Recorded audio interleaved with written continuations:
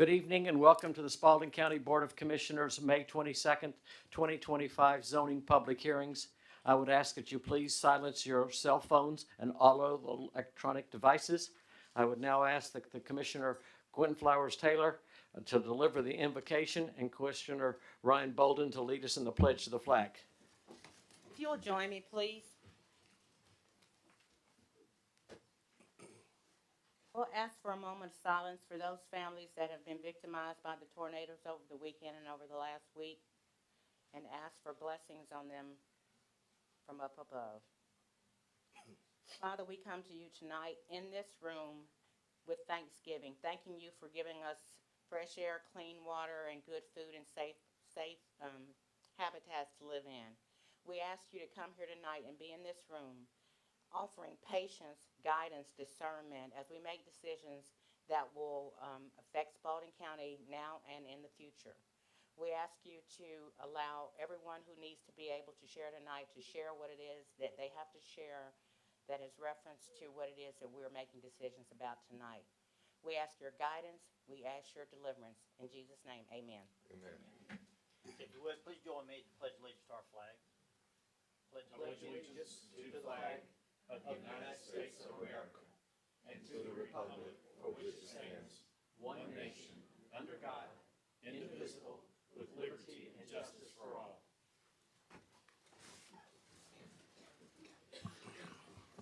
Thank you, Commissioners. At this time, I'd like to ask our parliamentarian to explain how today's procedures work. Thank you, Mr. Chairman, because under current zoning procedures, laws, and changes made by House Bill 1405, we have found it somewhat difficult to deal with and establish a process governing procedures for hearings and taking comment.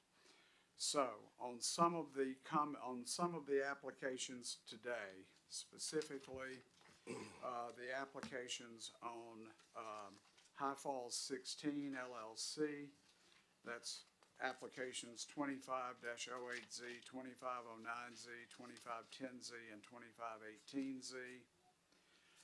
On the other application for High Falls LLC, which is 2511Z and 2512C, and on the Mobley Data Center, which is 2513Z, 2514Z, 2503S, and 2504S.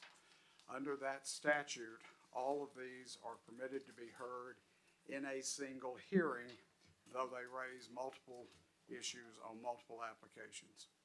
So on these, we will follow the following procedures for tonight.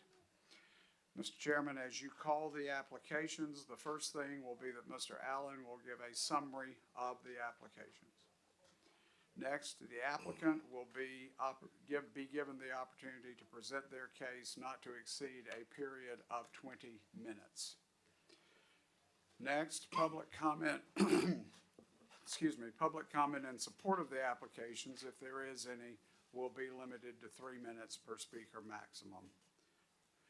Then public comment in opposition to the application will be 3 minutes per speaker maximum, not to exceed a total of 20 minutes, so both sides are given, both the applicant and the opponents are given the same amount of time.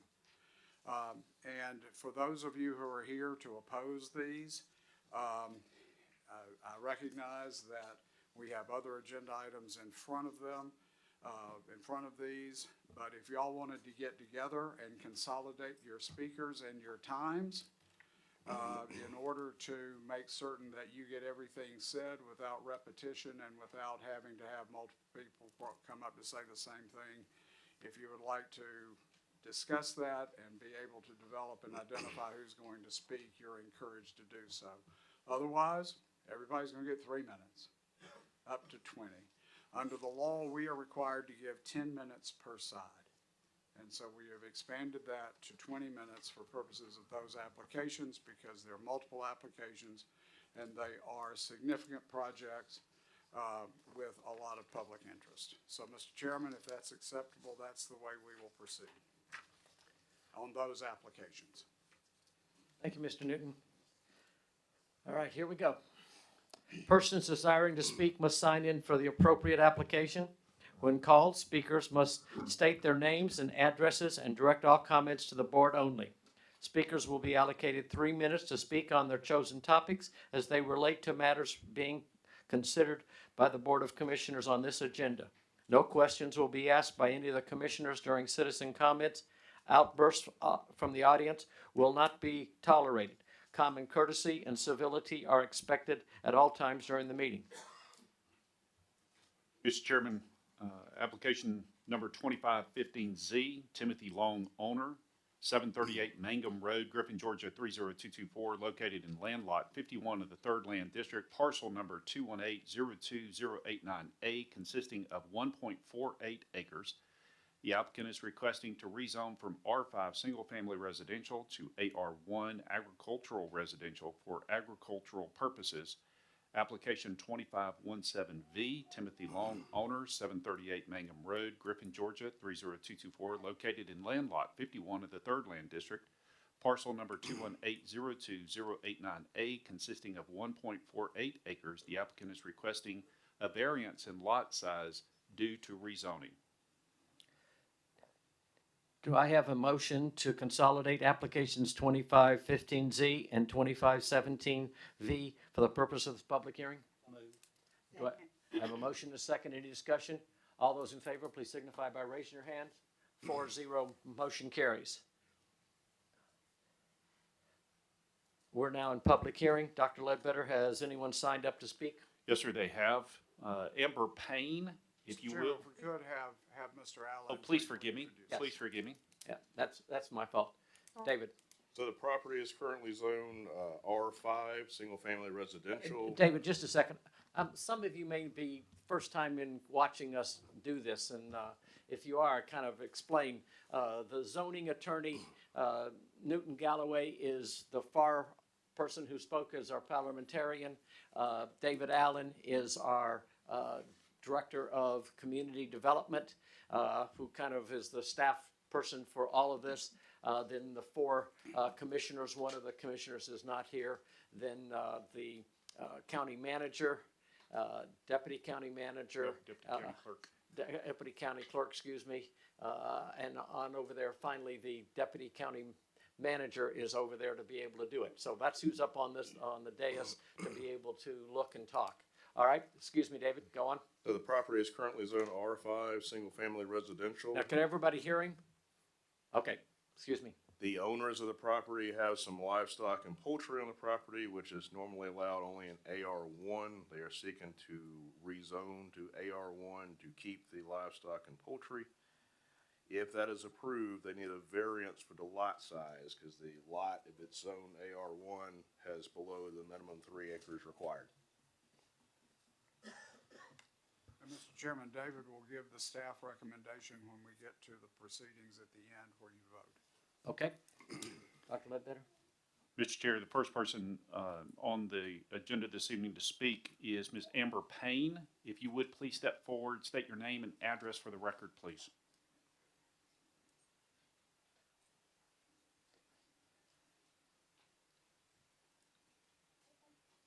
I'm Amber Payne. I live at 124 Buck Creek Circle in Griffin, Georgia, 30224. Welcome. Thank you.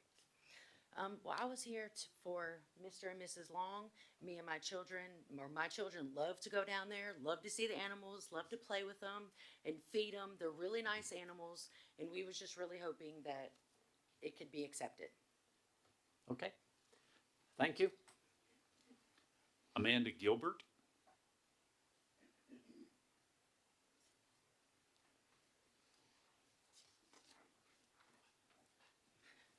Amanda Gilbert, 1121 Amelia Road. Welcome back. Thanks.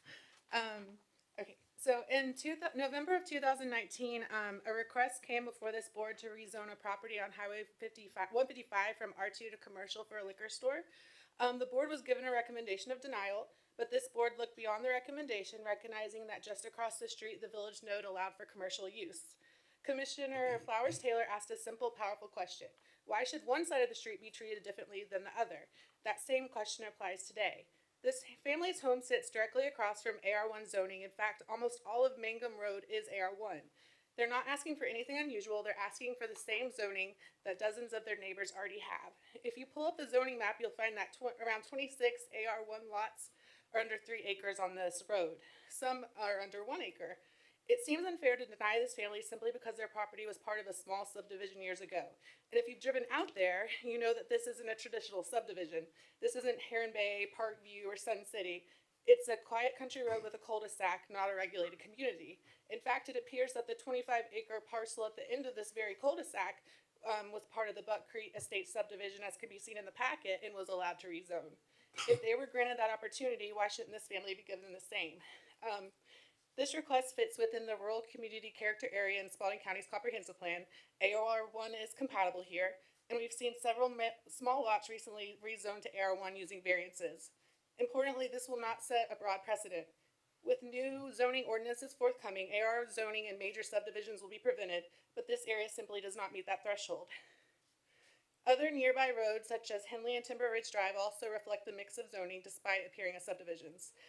This part of Spalding County is predominantly rural and largely zoned AR1. The family in question is not using their animals for profit, their pets for their grandchildren, an opportunity that teaches them great life lessons. Concerns about animal welfare on smaller lots are best addressed by animal control and code enforcement, which operate regardless of parcel size. Neglect can occur on large lots just as easily as small. This family has shown a willingness to accept conditions on the rezoning, agreeing at the planning meeting if necessary to rehome their pig and have no large livestock, demonstrating their flexibility and goodwill. I believe conditional approval, as has been done in other cases, would be a fair and reasonable solution here. We also have no neighbors that have shown up to protest any rezoning at any of the meetings for this family. You've been given a recommendation of denial, and I know it's common to follow that, but as we've seen in past decisions like the liquor store or the recent cell tower case, sometimes you look beyond the staff's recommendation. Sometimes you consider the real life context, the spirit of fairness, and the human side of these decisions. That's all I'm asking you to do today. Look at this not as a policy checklist or get tied up in technical definitions as a subdivision, which technically all of Spalding County is, but look at this as a family's plea to live like their neighbors, many who are on smaller lots than theirs, to keep the small animals that bring joy and purpose to their home, and to be granted the same rights others on their street enjoy. Thank you, man. Mr. Chair, that's all who have signed up. All right, staff recommendation? We're gonna This do is a that public as a hearing. vote. Oh, I'm sorry. Motion to come out of public hearing. Second. Okay, I have a motion and a second to come out of public hearing. Any discussion? All those in favor, please signify by raising your hand. 4-0. All right, David? Actually, we're on application number Yes. 2 for public hearing. Application 2516Z, Amanda and Daniel Gilbert, I'm sorry. owners, 1121 Amelia Road, Locust Grove, Georgia, 30248, located in land lot 149 of the Second Land District, parcel number 200010004B, consisting of 3.06 acres. The applicant is requesting to rezone from R2 single-family residential to AR1 agricultural residential for agricultural purposes. Do I have a motion to come into public hearing? Motion to go into public hearing. Do I have a second? Second. I have a motion and a second. Any discussion? All those in favor, please signify by raising your hand. 4-0, motion carries.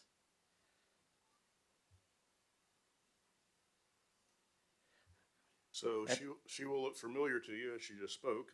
Her property is zoned R2, which does not have the wide range of permitted uses of agricultural purposes like livestock that AR1 does. So she is seeking to rezone to AR1 for those purposes.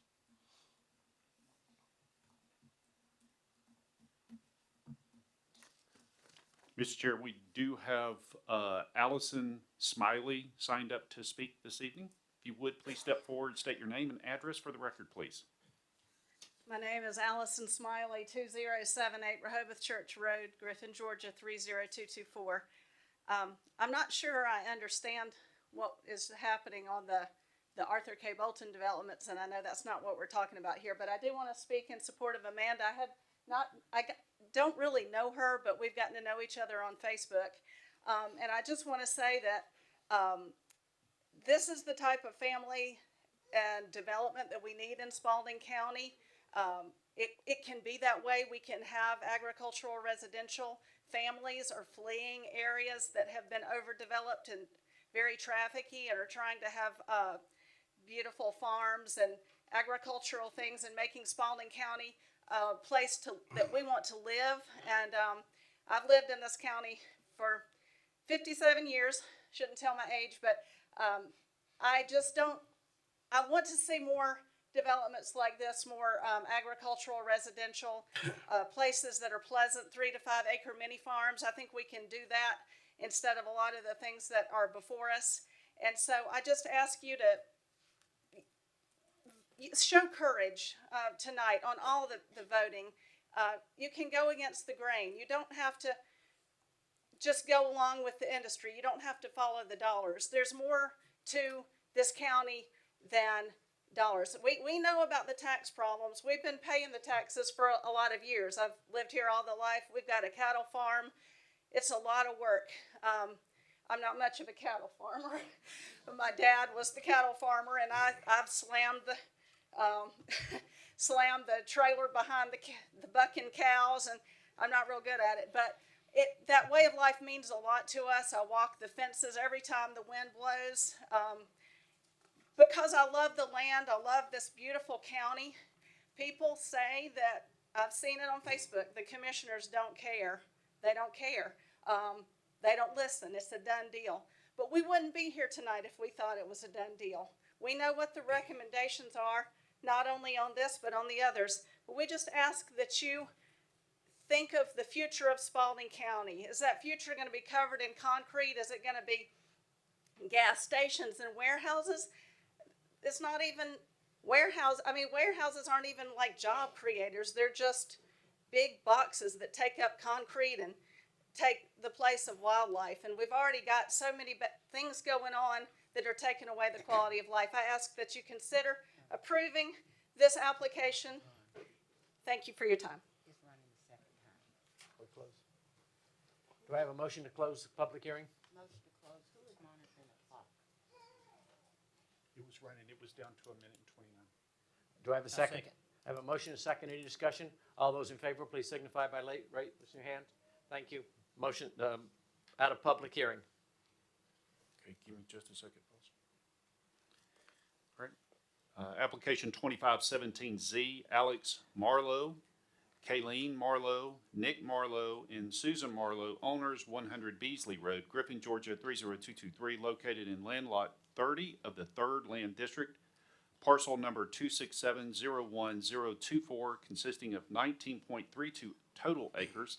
The applicant is requesting to rezone 5 acres, tract 2 of the parent tract, from R2 Single Family Residential to AR1 Agricultural Residential.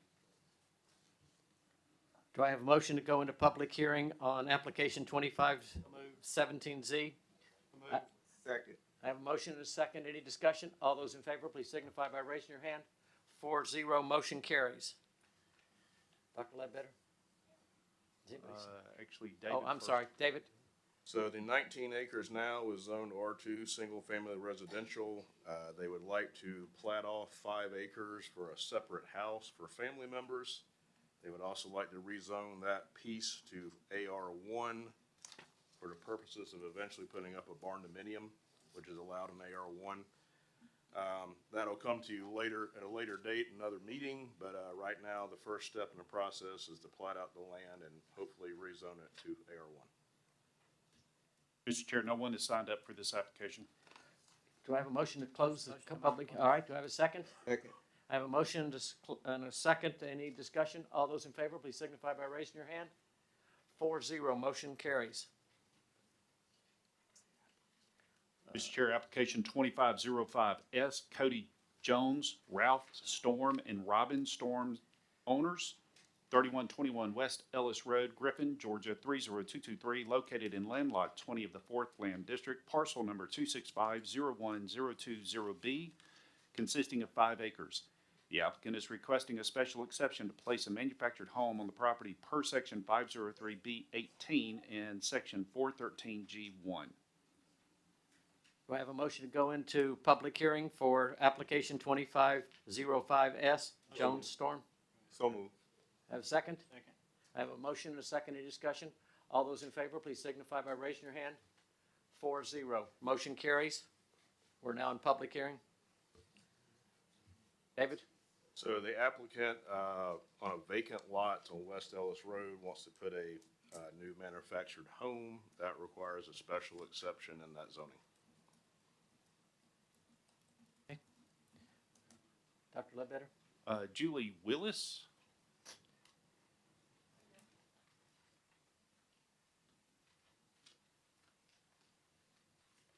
My name is actually Julie Fennell. Thank you. Please forgive me.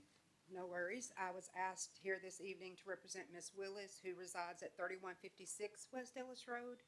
And this, my speaking was approved by Mr. Allen. All right. Would you state your address, please? My address is 566 Mayfield Road in Flovilla, Georgia, in Bucks County. But I reside Thank in you. Spalding majority of my life, so.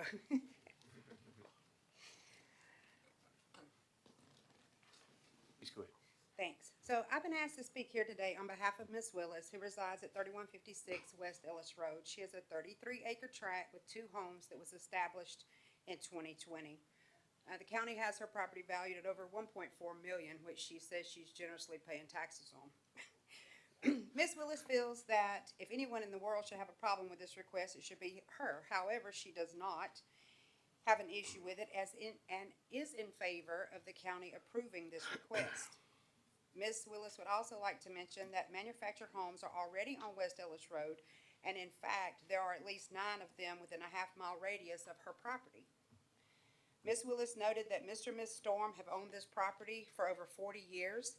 They've set their roots here on this land, and they've raised their family there. This special exception is being requested to provide affordable housing for their daughter and their grandchildren. Ms. Willis requests approval to ensure their family can continue to thrive here on this land for generations to come. She asks that you approve this request. Thank you. Cody Jones.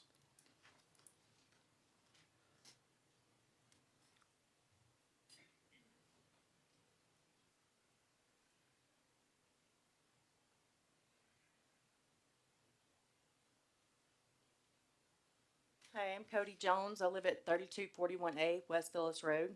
I'm the applicant. So I'd like to start, good evening. Thank you for giving me a few minutes of your time.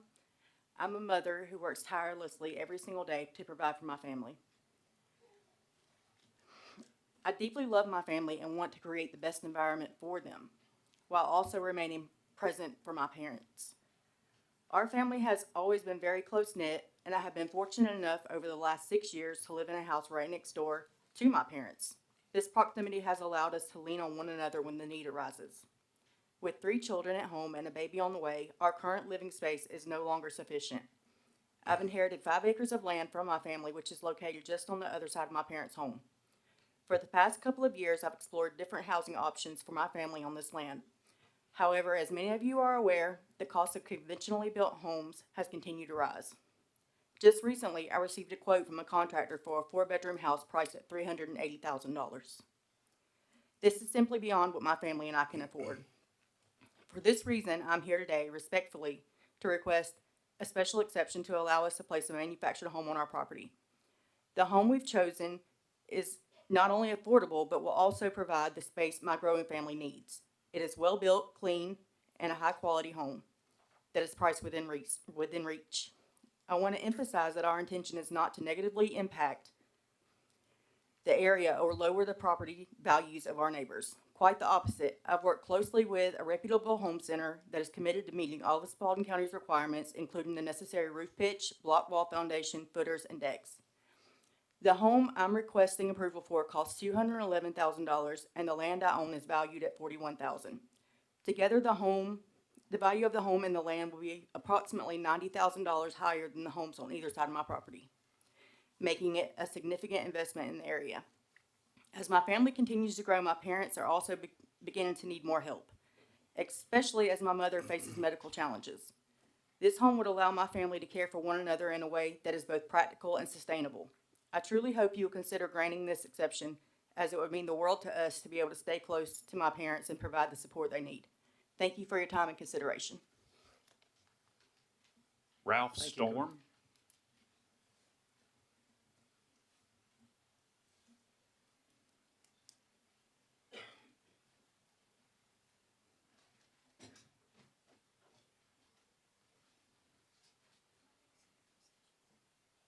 Need to get smaller, y'all need to get bigger room. My name is Welcome. Ralph Storm. I live at 3207 West Ellis Road, Griffin, Georgia. Good evening, Chairman Davis and esteemed members of the board. Evening. Thank you for allowing me to speak today. I appreciate your time and dedication serving our community. I'm here to support my daughter at 3121 West Ellis Road. I own 3121, 3207, and 3123. They're all connected properties, 14.71 acres.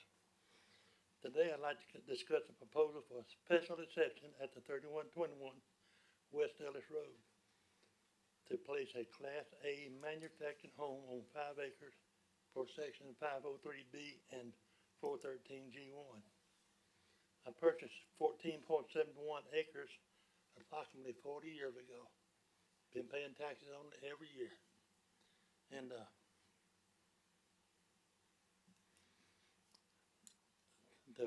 intent on purchasing this property would give my kids a place to live when they got older. Now is the time. A Class A manufactured home is within my family's budget and only enhance the property value of the surrounding area. This will increase property taxes for somebody besides me. There's 312 foot of road frontage, satisfying a minimum 200 foot requirement. We also have the support of our neighbors who own substantial property across from me. My daughter is supporting 3 children and a new baby due this June. Her current living conditions are not conducive to a new baby, and a 1,200 foot conventional home allowed by Section 504 would not be sufficient for her family.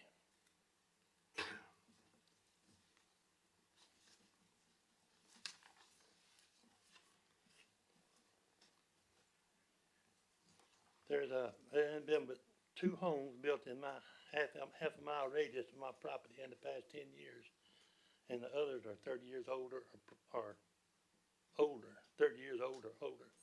The initiative aligns with our family goals of staying together, raising our children in the family unit, and supporting our community. I welcome any feedback or questions. I'm happy to elaborate on any of these points I've shared. Once again, thank you, Chairperson, Chairman Davis, and members of the board. Please feel free to reach out to me for any additional information needed. Thank you, Ralph. Thank you. Mr. Chair, that's all who've signed up for this application. Do I have a motion to close? Motion to close. Do I have a second? Second. I have a motion and a second. Any discussion? All those in favor, please signify by raising your hand. 4-0. We're closed the motion. Mr. Chair, application 2508Z, High Falls 16 LLC owner, 2890 Arthur K. Bolton Parkway, Griffin, Georgia 30224, located in land lot 80 of the 3rd Land District, parcel number 218-02004, consisting of 8.22 acres. The applicant is requesting to rezone from R2 Single Family Residential to C2 Manufacturing for light industrial uses. Application 2509Z, High Falls 16 LLC owner, 2912 Arthur K. Bolton Parkway, Griffin, Georgia 30224, located in land lot 81 of the 3rd Land District, parcel number 218-02001A, consisting of 9.91 acres. The applicant is requesting to rezone from R2 Single Family Residential and AR1 Agricultural Residential to C2 Manufacturing for light industrial uses. Application 2510Z, High Falls 16 LLC owner, 2932 Arthur K. Bolton Parkway, Griffin, Georgia 30224, located in land lot 81 of the 3rd Land District, parcel number 218-02001B, consisting of 14.55 acres. The applicant is requesting to rezone from R2 Single Family Residential and AR1 Agricultural Residential to C2 Manufacturing for light industrial uses. Application 2518Z, High Falls 16 LLC owner, 0 High Falls Road, Griffin, Georgia 30224, located in land lots 79 and 80 of the Third Land District, a portion of parcel number 218021010 consisting of 11.59 acres. The applicant is requesting to rezone from PDD Planned Development District to C2 Manufacturing for light industrial uses.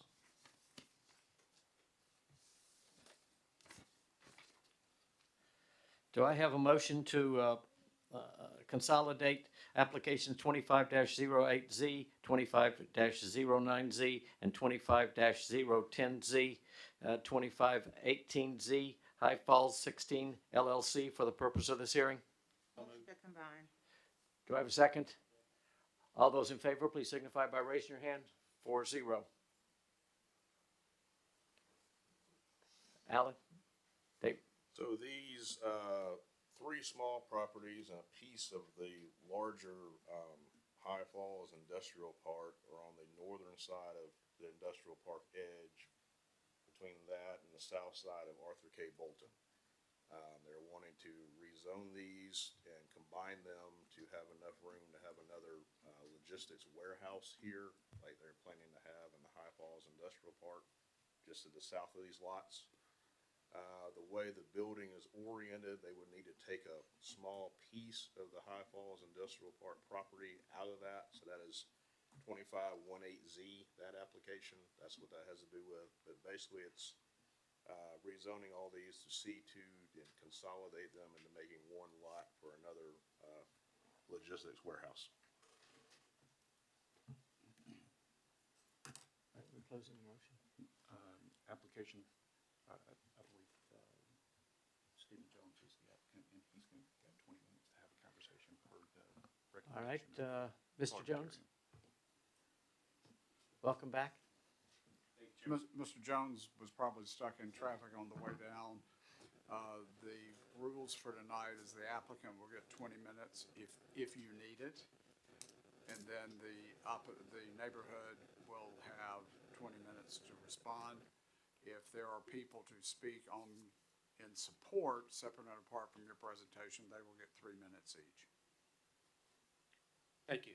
I have a PowerPoint if we could get that pulled up before we start.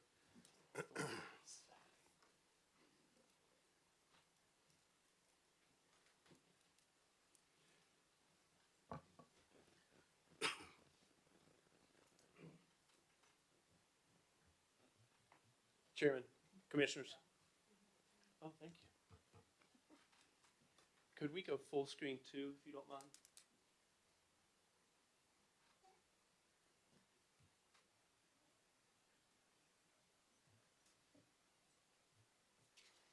While we're pulling up the PowerPoint.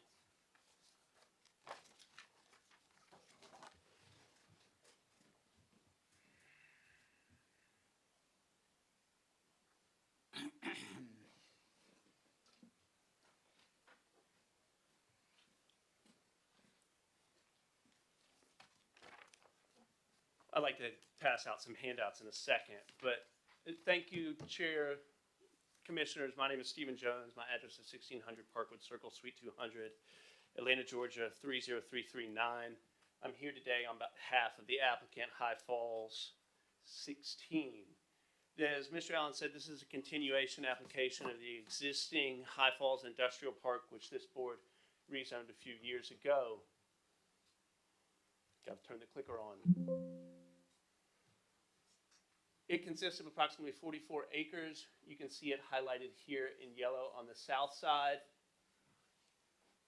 Zooming in here, you can see that yellow box generally outlining the portion of the existing PDD High Falls Industrial Park that we're seeking to rezone, as well as the other parcels.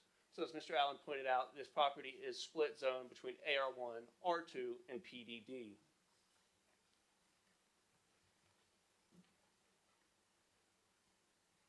You can see a survey here, generally that tracks the northern side of the roadway being constructed on for High Falls Industrial Park. And you can see the overall survey of those 44 acres there. As part of your comprehensive plan, which I'm sure Mr. Allen will touch on in his presentation, it calls for economic development, and we'll discuss later, a lot of that economic development has been called out, not in the current not as only in the current comp plan, but in comp plans for decades for AKB, Arthur K. Bolton Parkway, to be an employment center, which is that blue area you'll see extending from the Griffin city limits all the way to the Spalding County line. The subject parcel here is shown in yellow, generally, with that yellow box on your screen. What that means is that along 16, and in those employment character areas on your map, which you'll also see in blue on the screen as well, it calls for industrial and manufacturing uses such as those that will be performed at the High Falls Industrial Park that, again, is currently under development and that this project or rezonings are a part of. Further, it also calls for a campus master plan business park, which the High Falls Industrial Park is. What we're doing here with these 4 applications is adding what will become one large parcel for an additional building within the High Falls Industrial Park. So with all that, I say that your comprehensive plan supports this and has contemplated industrial development along 16, also known as AKB, for decades. Not just the current comp plan, but multiple iterations of the comp plan. Coming to that, here is the building consistent with the existing or under development buildings under development on High Falls Industrial Park. You'll see an approximately 700,000 square foot building here, fronting on the roadway which will be constructed from AKB through the industrial park. You'll see a small rendering here. I'll get to that later. As part of this too, we are utilizing an existing curb cut on AKB.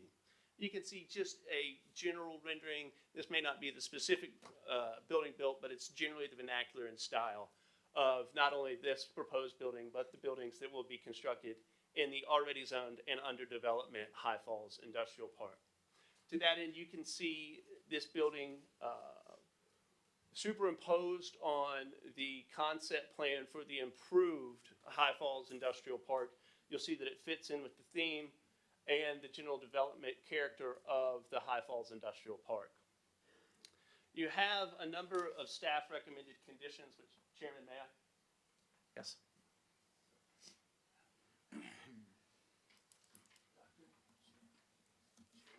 Thank you.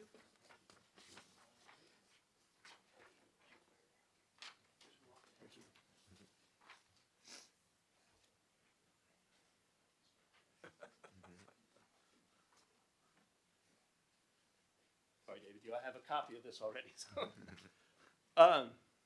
Your staff has a number of recommended conditions which have been thoughtfully drafted, but I do have 2 minor additions or modifications to that.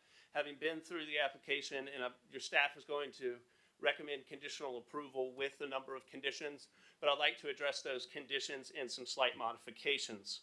Number 1 is the conditions call for the architectural style or architectural requirements of the Lakes at Green Valley Covenants. Well, the Lakes at Green Valley Covenants call for masonry construction, and that can be varied, but in no case can that masonry construction or masonry siding be less than 17 feet. That's in the recorded covenants. However, what is built at the Lakes at Green Valley is not that. So we are asking for that first condition to be modified just to say it will be consistent with what is generally at High Falls Industrial Park, which is already consistent with what you'll see is or at the Lakes at Green Valley. For instance, this is the Topan building. You'll see that this is tilt-up concrete walls, which is exactly what will be constructed at the already zoned portion of High Falls Industrial Park, as well as is proposed for this building.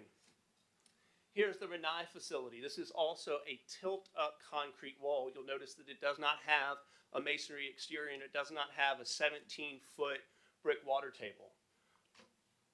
Finally, you'll see the Eco Pool POW facility, which again, this is also a tilt-up wall construction. So we believe that with this modification, or actually fulfilling the intent of that condition as drafted to mirror what's at the lakes at Green Valley. Should you impose it as it is drafted, though, this building would be held to a higher standard than anything else which has presently been constructed or is under construction in the county. So all that we're asking with that modification for condition 1 is to build what's already been built at the lakes at Green Valley, or that will be built in the AKB corridor in a parcel that has already been zoned. We're fine with the other conditions. We just added a fourth, which denotes what the buffers shown on the concept plan will be. That is twofold. One, it helps with construction, and two, it actually provides a better buffer to adjacent parcels. So we just want to be clear what that is, and that would be that the 25-foot buffer consists of a 10-foot undisturbed buffer and then a 15-foot graded and replanted buffer. What that does is from outside parcels that are residentially zoned, and that includes AR1, right, which is your agricultural zoning, but also technically a residential district. It has a natural buffer, so you leave the wood lines for 10 foot. But then on the inside of that, interior to the parcel, you've got a 15-foot replanted buffer, which generally is replanted with evergreens, which provides a year-round screening. So we think that, as opposed to a 25-foot natural buffer, provides better screening than just the natural undisturbed buffer. So just to reiterate, you got 10-foot undisturbed and then a 15-foot graded and replanted. That's a much more effective visual screen than just a standard 25-foot natural buffer. With that, I'd like to go back to the concept plan seen here, and just reiterate that we would ask you to vote consistent with your staff recommendation. Also vote consistent with the Planning Commission to approve this application with those two additions to staff's conditions. Again, we're fine with staff's conditions, but we just want this building to be held to the standards that all other buildings are being held to, including at the lakes at Green Valley. If you impose the covenants as written on this, we would be held to something that no one else is held to. And frankly, a 17-foot high brick water table or masonry construction all around would make the building uneconomic, unbuildable, and unleasable. So we'd really, approval with that condition would be tantamount to a denial. And then secondly, we'd ask that you impose that final additional condition 4 to reiterate and require a better buffer than a 25-foot natural buffer. With that, Commissioners, Chairman, if you have any questions, I'd be happy to answer those.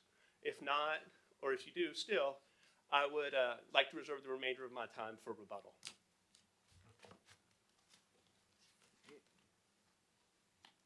All right. Doesn't appear that there's any questions at this time. Thank you, Ms. Jones. We appreciate it. Rich Atkinson. Mr. Jones has 10 and a half minutes left. Don't even think about using it all. Richard Atkinson, 4322 Lansmore Crossing, Swanee, Georgia, and I actually don't have anything to add at this moment. Okay, thank you. Johnny McDaniel.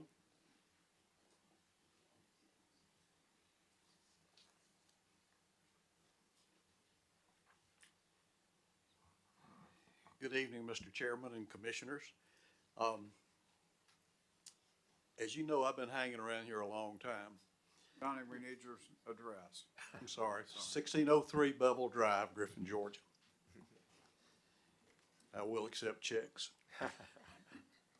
I was on the county commission back when we developed the Arthur K. Bolton Overlay District.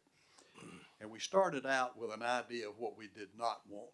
We did not want Terra Boulevard, 1941, and if we had known in advance, we probably would have included Henry County and Butts County along with that idea of what we did not want. So from what we didn't want, we developed a vision of what we did want.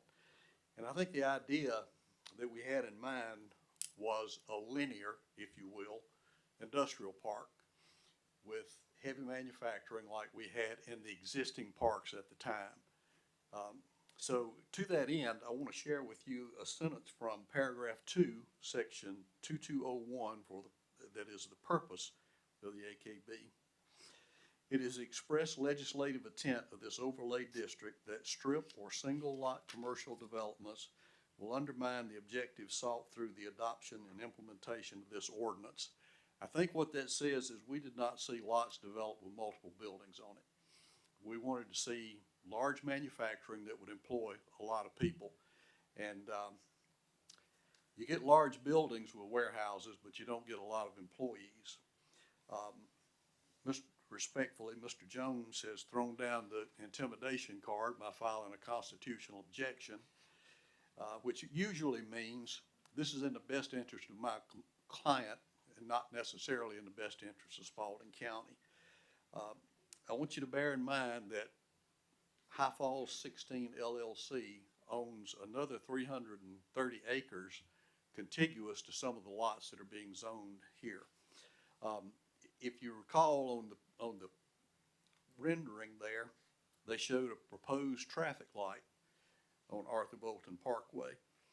And section 2206 of the code says, no additional streets shall be developed which require an intersection with Georgia Highway 16 throughout AKB.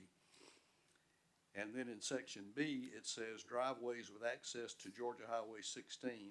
From the date of enactment of this ordinance, no new driveways shall be allowed to provide ingress or egress to property on Georgia Highway 16.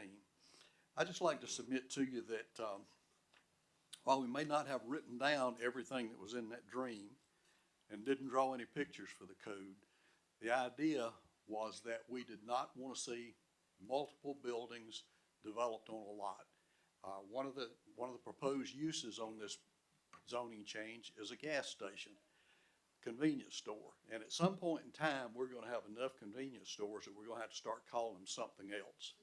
And I really don't think we need a proliferation of gas stations and convenience stores. Offices was certainly not what we had in mind. But I just ask you to consider that whatever you do here, this is the first, since the convenience store at High Falls Road, this is the first thing that is proposed to be developed on Arthur Bolton Parkway. Whatever you decide tonight will set a precedent. If you approve this, then you can't disapprove the next one that comes along. So carefully consider all of the things that, thank you. Thank you, sir. Allison Smiley. I'm not sure how many people have signed up to speak. Allison Smiley, 2078 Rehoboth Church Road. I think we have a total of 20 minutes, if I understand, so I'm going to make mine very brief. I ask that you listen to what Mr. McDaniel said and just, this is not what we need. We can do better. We get one chance to develop this Arthur K. Bolton stretch, and we can do better. I ask that you oppose this development. Thank you.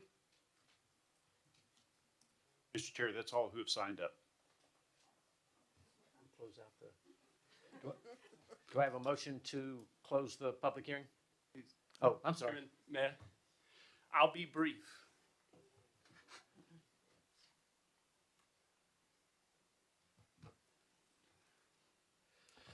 I would like to address some of the comments that were brought up in opposition.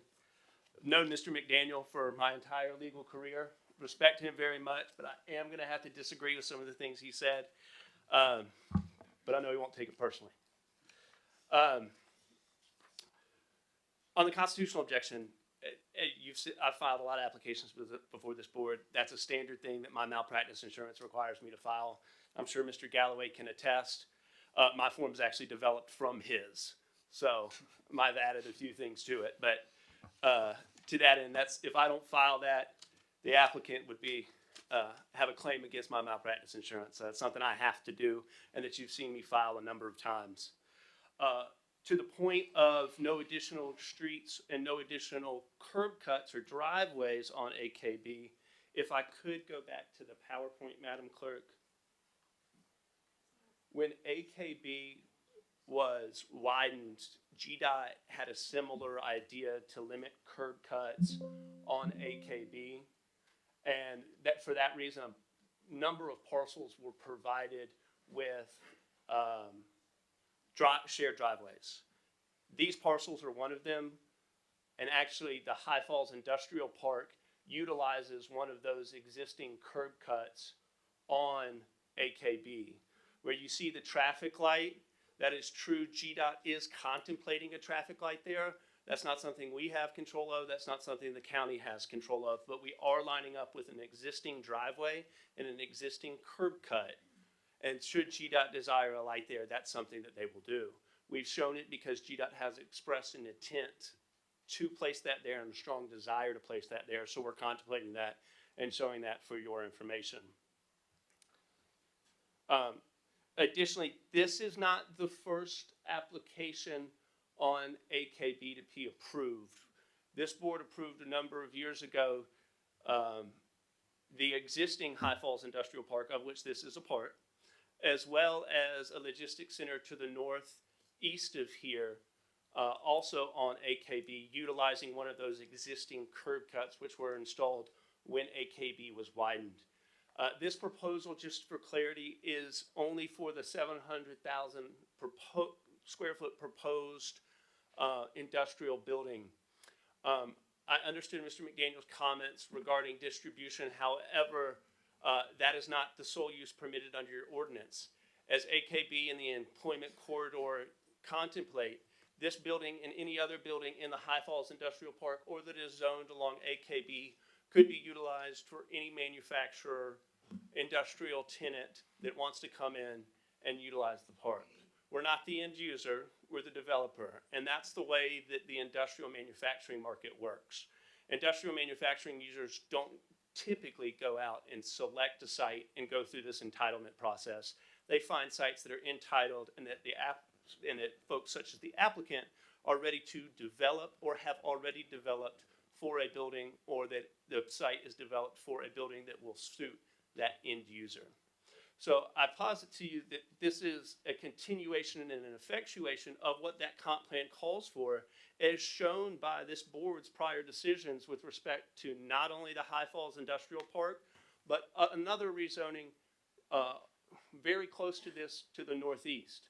So again, this is just a continuation, and this board has voted that in previous applications that industrial development along AKB is appropriate and is consistent with the comp plan. And in fact, that's what the comp plan has said for decades. So with that, I would ask that you vote consistent, not only with your staff's recommendation, the Planning Commission recommendation, your comp plan, and your prior rezonings to approve this with staff's recommended conditions as modified by the applicant's proposed modifications to staff's recommended conditions. And I just want to touch finally on, one more time, on those recommended conditions.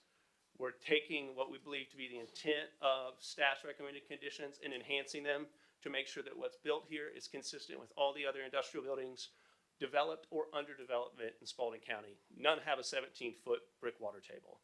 So we're asking that we not be held to that as well. And then finally, we just want to clarify what that buffer is and make sure it's an enhanced buffer and not an unenhanced natural buffer, but instead a natural buffer within an enhanced buffer behind it, which is the best of both worlds. Commissioners, that's all I have in rebuttal. Should you have any questions for me or the applicant, I'd be happy to address those at this time. Are we asking questions? I thought we were going through everything first. We're going through public hearing first. Yes, ma'am. No. Okay. Thank you, Ms. Jones. We appreciate it. Motion to come out of public hearing. Do I have a motion to come out of public hearing? Motion to come out of public hearing. Do I have a second? Second. Motion and a second. Any discussion? All those in favor, please signify by raising your hand. 4-0. We're out of public hearing for that one.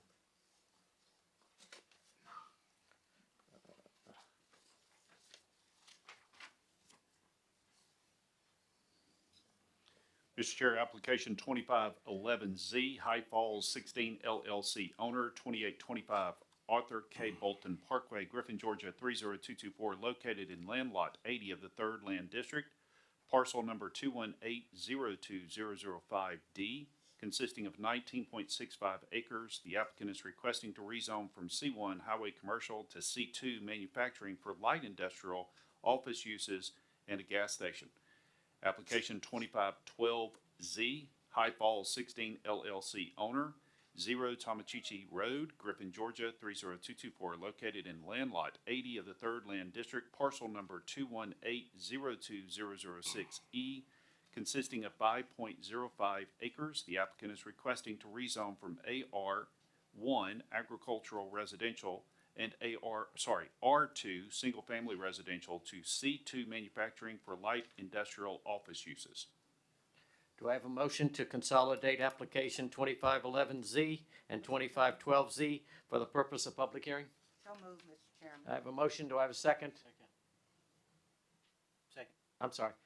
Motion, a second. Any discussion? All those in favor, please signify by raising your hand. So these two lots are located on the north side of AKB between Tomochichi and AKB. They are proposed to be combined and rezoned to a C2 manufacturing. In this case, the use would be office park. You have a layout and a rendering of it in your packet, which we will discuss later. And then on the corner up against AKB, they're proposing also a gas station. So these are not warehouse buildings. These is an office park and a commercial gas station on the corner of it. The larger piece right now is already zoned C1 highway commercial, which has, including a gas station, about 50 different permitted commercial uses that it could have. So, Dr. Ledbetter? Mr. Chair, the applicant is present. I believe Mr. Jones is here for this application as well with a 20-minute presentation, not to exceed. Not to exceed, Dr. Ledbetter. Chairman, Commissioners, thank you again for the opportunity to present this application. My name is Stephen Jones, the law firm of Taylor Duma.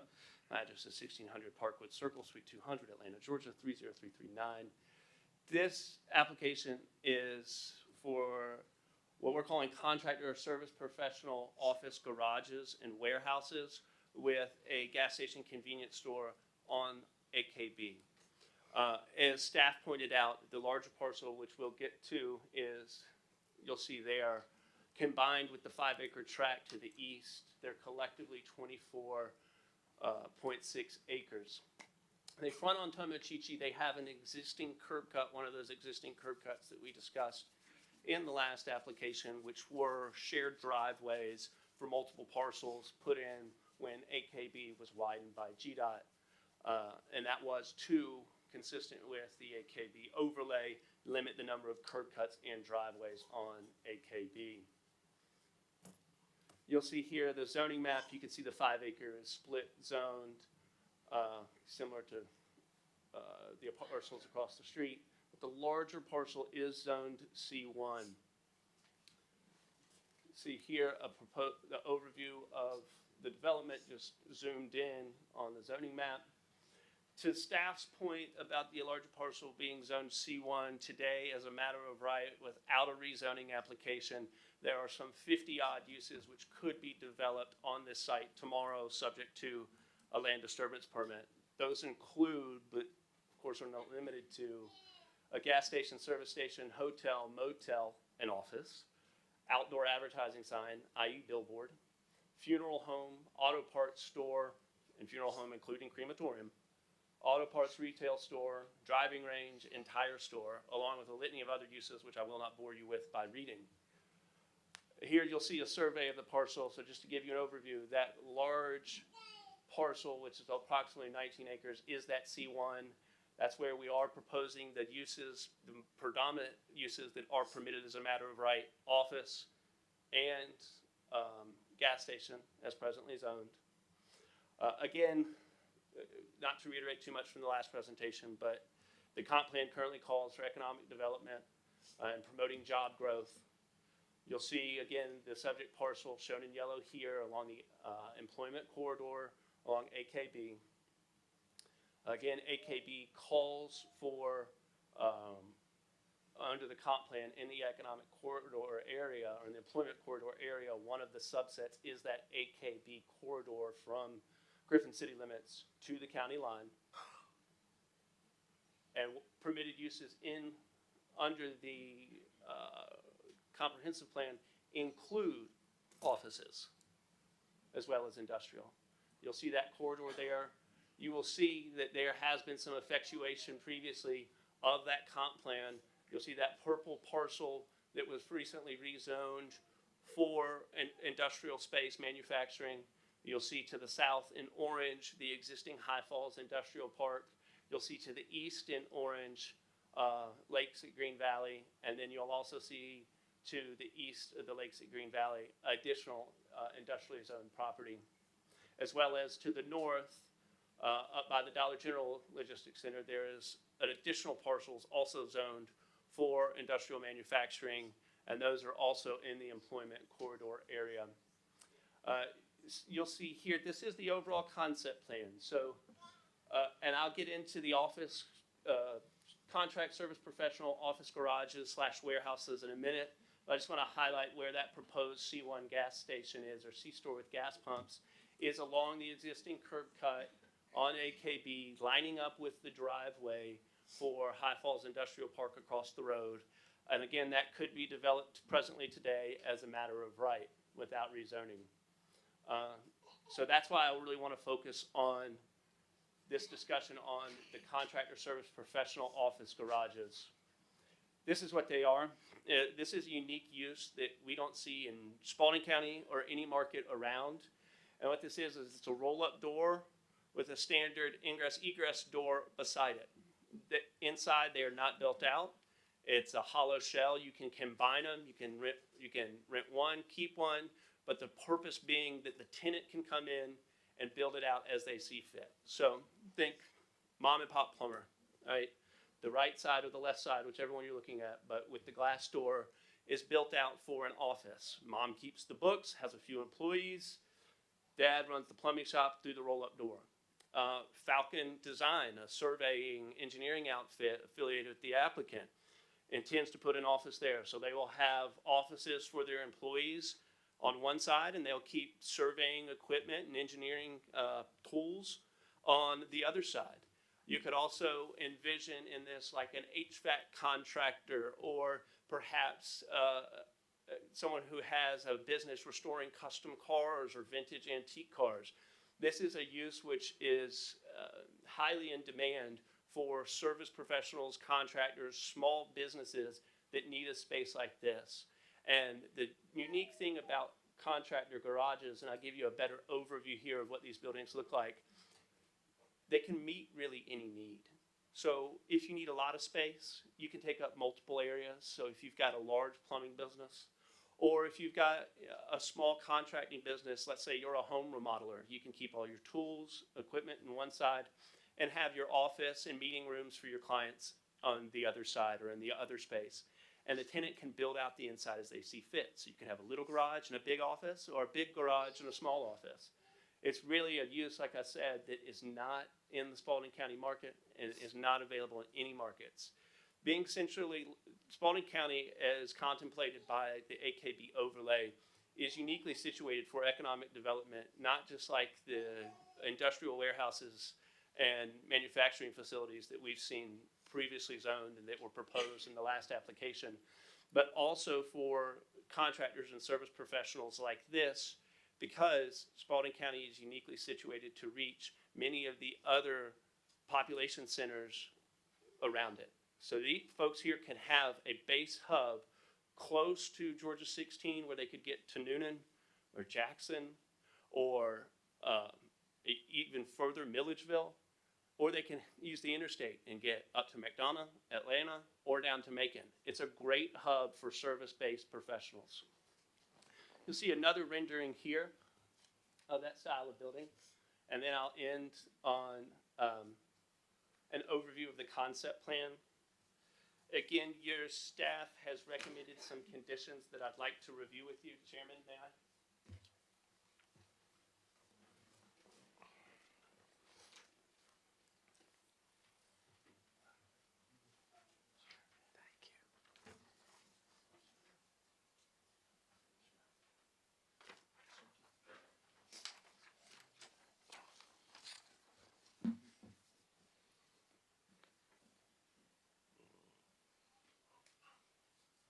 As you'll find in the staff report in your application, staff has also recommended approval of this application with a number of conditions.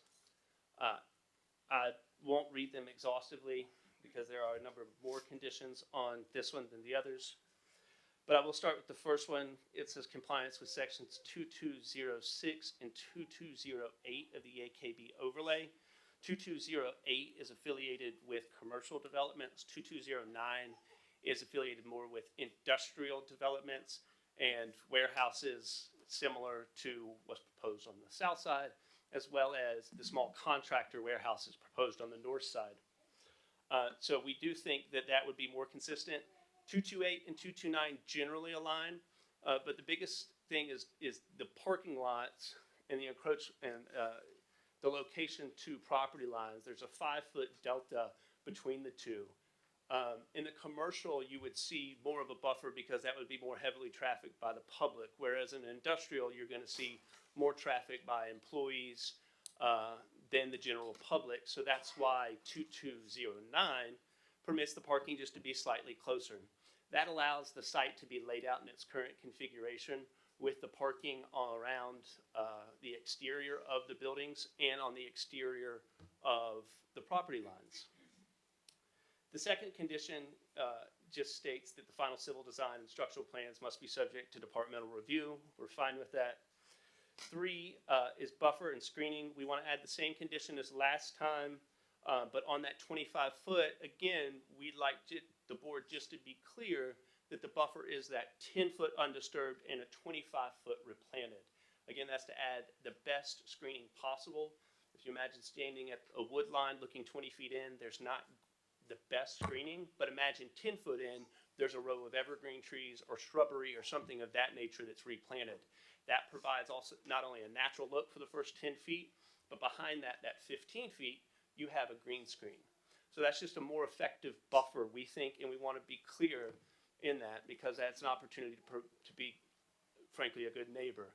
And it's consistent with the way these sites are developed. Generally, you want to get out up to that 10 foot and then regrade and replant so you can make sure that those plantings survive and are in good footing. Condition number 4 says the final site plan will not vary. So all these buildings would be laid out the way they are, and the number of buildings shall not change.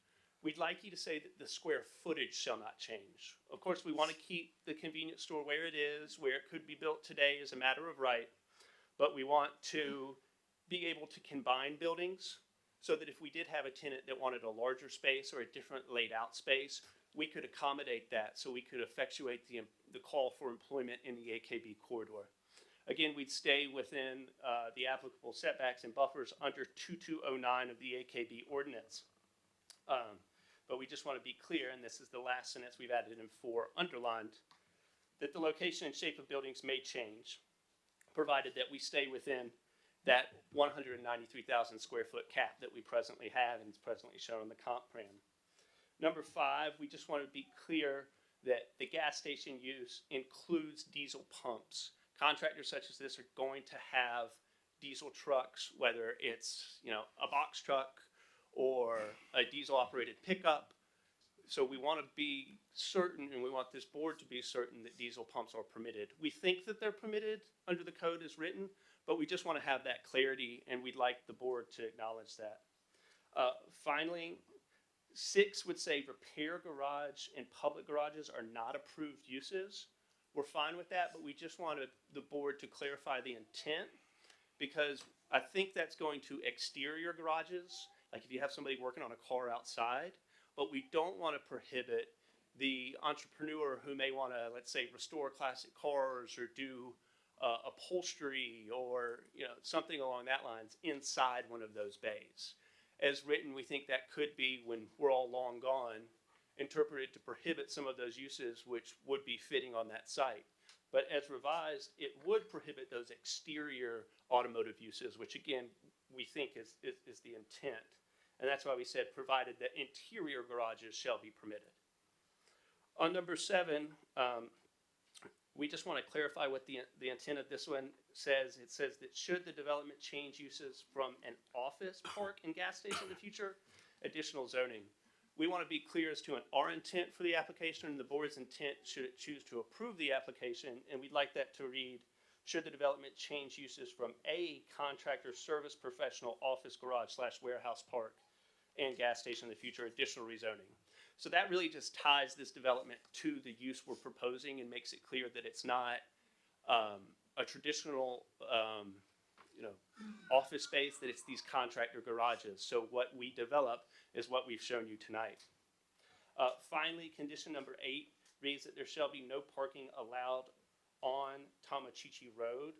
We'd like it to clarify on the public right-of-way just to be clear that those parking stalls that are on the north side are permitted. Again, we think that's the intent. I believe, Mr. Allen, I don't want to put words in his mouth, but I think was consistent with our discussions at the Planning Commission, that intent was to keep cars from parking on the public right-of-way of Tomachichi. But we just want to be clear that when this is developed, that we can have the concept plan generally as shown here. With those changes, we'd ask that you vote consistent with staff's recommendation as well as the comprehensive plan and rezone this parcel as proposed in the application, or rezone these parcels as proposed in the applications. Mr. Chairman, I'll reserve the remainder of my time for rebuttal should the board not have any questions for me. All right, thank you. Stephen, you have 5.5 minutes left. Ledbetter. Mr. Rich Atkinson? I have nothing to add, Thank you. Mr. Johnny McDaniel? Thank you, sir. Sheila Beal? Please forgive me. Shelley Beal? Thank you.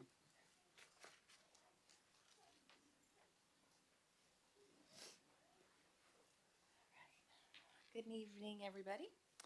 Shelley Beal, 614 Swint Road, Griffin, Georgia. I'm actually speaking on behalf of a resident that is unable to be here tonight, Dina Ray. She resides at 73 Parham Road. My husband and I are in opposition of this rezoning. The Tomachichi community fought hard and lost the rezoning case of Tomachichi and Chiha, application 2209Z. Nevertheless, we were able to get 24 conditions applied to the rezoning request and approved by Spalding County Commissioners. The residents here tonight are asking you to deny the rezoning request. The neighbors and taxpayers deserve more consideration than the developer. The land use summary states they want warehouses, office spaces, and data centers. We know as a community we cannot fight against growth coming to our county. However, if you all decide to approve it, we beg you to put some of the same conditions in place that are strict enough to protect the neighbors, since all of their property was developed first and it's residential or agricultural. We respectfully request the following conditions: a 50-foot minimum buffer with a 75-foot average along all road frontages. Lighting must be night sky compliant and designed to minimize impact on nearby properties. Natural vegetation shall be preserved within a majority of the wooded portions next to the homes. Solid waste facilities must be enclosed and internally oriented. No entrances on Tomachichi Road except a gated emergency access controlled by a Knox box like the rezoning of the other property. Buffers must include a staggered double row of evergreen trees, and if internal parking is elevated, a planted berm should be added to reduce noise. All loading and truck activities must comply with Spalding County noise ordinance and occur only between 9 a.m. and 7 p.m. At the time of the land disturbance permitting, the developer shall establish there is an adequate parking space, flow, and transport for the intended use of the development.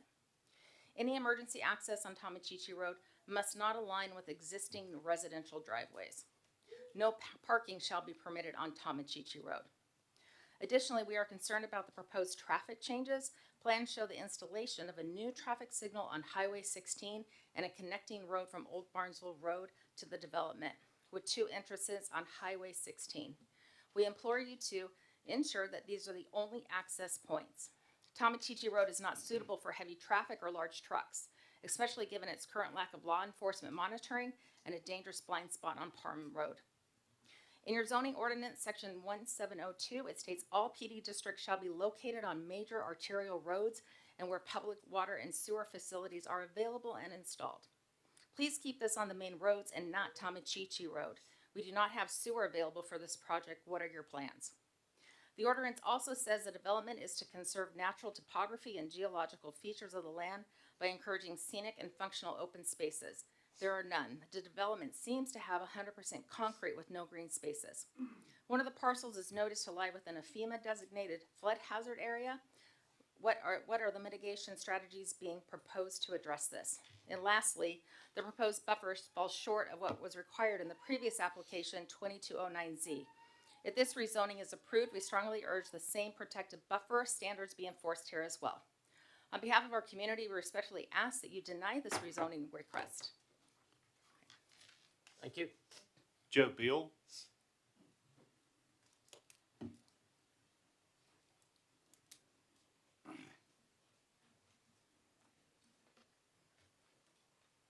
Good evening, Joe Beal, 614 Swint Road. A year ago, we fought this battle for over 8 months on this property with same attorney, same client, we assume. This body governed over that quite well, worked very hard. The Planning Commission worked very hard on that. We had off-site meetings over at the senior center. At the end of the day, this body agreed to a set of conditions that protected the homeowners and landowners around the development. It's appropriate that at the time that it be made a C1 property, that it go ahead and be used. That was part of the plan. You folks worked very hard with us to give us protections within those rules that came out in the 2209Z of last year in that case, with the buffers, the light protection. There's no parking up on Tomachichi Road. It wasn't allowed there because the residents are there and the headlights go up into the buildings, and it was not going to be a good situation. And you worked with us very well. Today, council comes back, and now, even though his image was beautiful with a really nice brick building that seemed really tall, more than 17 feet, he didn't have a problem with that, and tells us, well, all those rules we got before that we agreed to, we don't want them anymore. And that's the game that's being played. We're asking you to go ahead and hold them accountable to the original agreement that protects the residents of the area, that protects Tomachichi Road. You don't need a new street coming up from Barnesville. Let's be honest, the county struggles to maintain the current roads. We don't need any more, okay? You definitely don't need an exit back on Tomachichi. The property can be laid out properly within the buffers that were originally provided with the original ground landscape, and you can continue the work you worked so hard on 8 months ago, 9 months ago with us. So we appreciate your time. Thank you very much. Thank you. Missy Martin.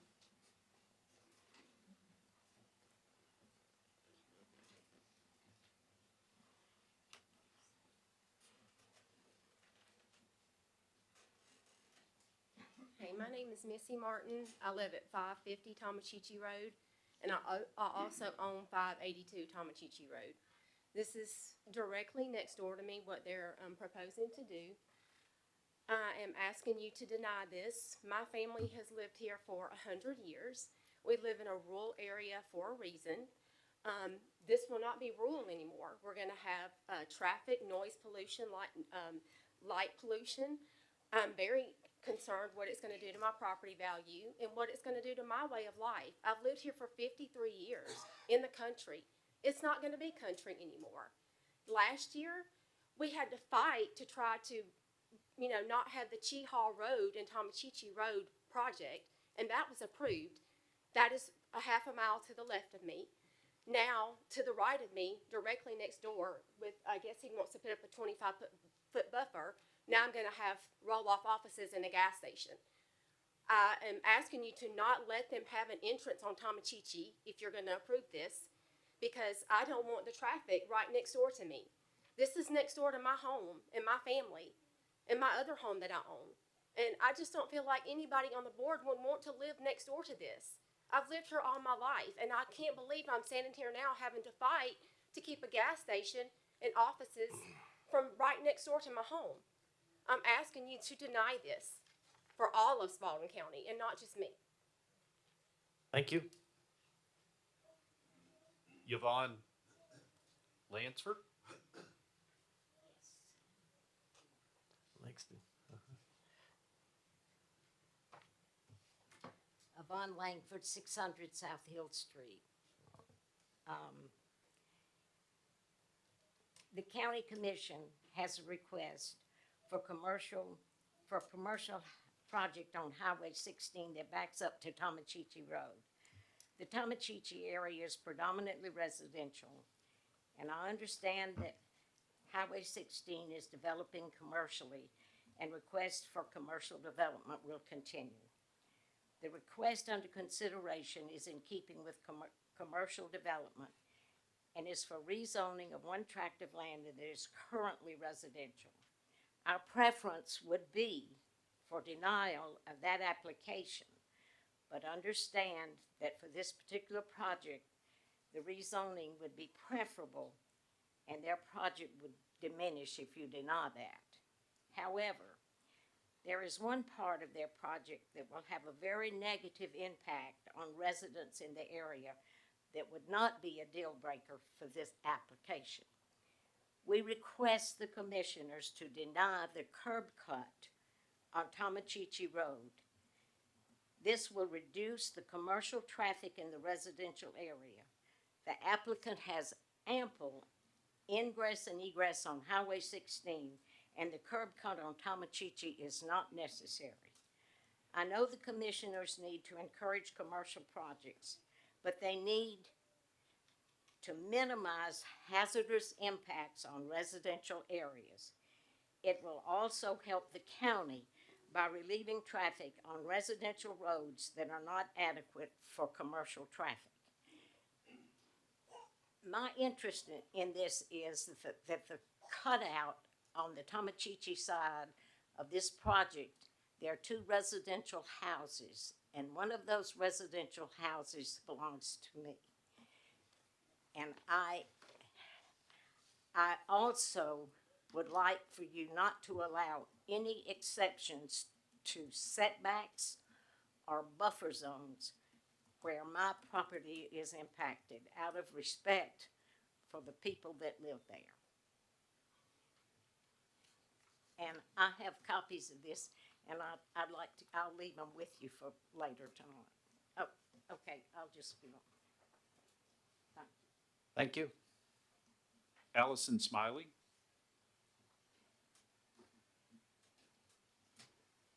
Allison Smiley, 2078 Rehoboth Church Road. I cut myself off on the other one because I thought I was trying to leave room for more people. But 5 and 6, I'm going to address both together. This is the last stand of what used to be a 250-acre wooded tract. All of this works together to basically impact our homes. Noise pollution, diesel trucks, gas stations are historically not well maintained out in that area. Traffic, again, warehouses, but without a lot of jobs. This is not attractive developments. Number 6 on your agenda is maybe not quite as bad as number 5, which I have already spoken and earnestly ask you to vote against. Just to be plain with you right now, I can't afford a lawyer. I can't sit there all day trying to figure out all these numbers, but I wish I could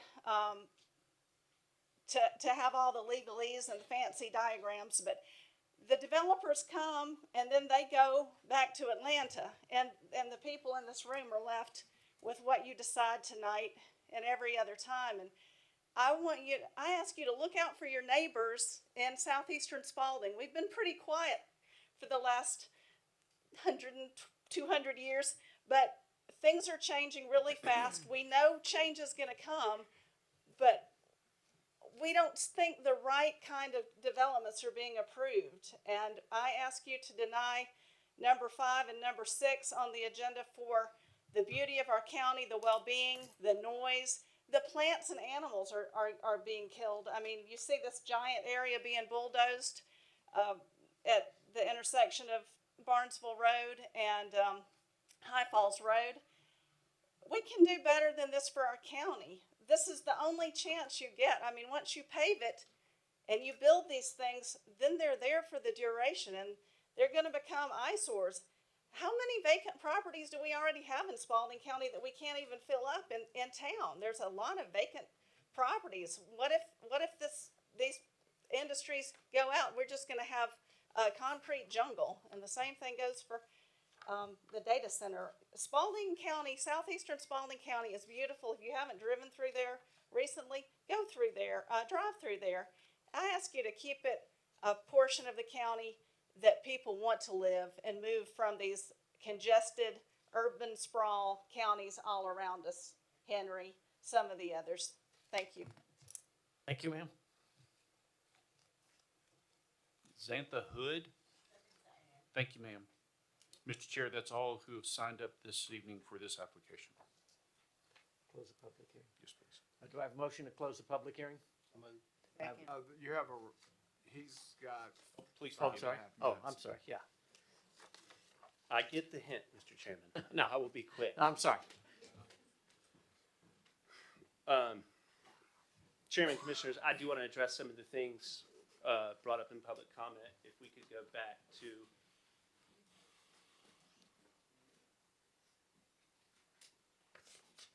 I will not take the clicker with me tonight, I promise. I want to go back to some of these comments that you heard.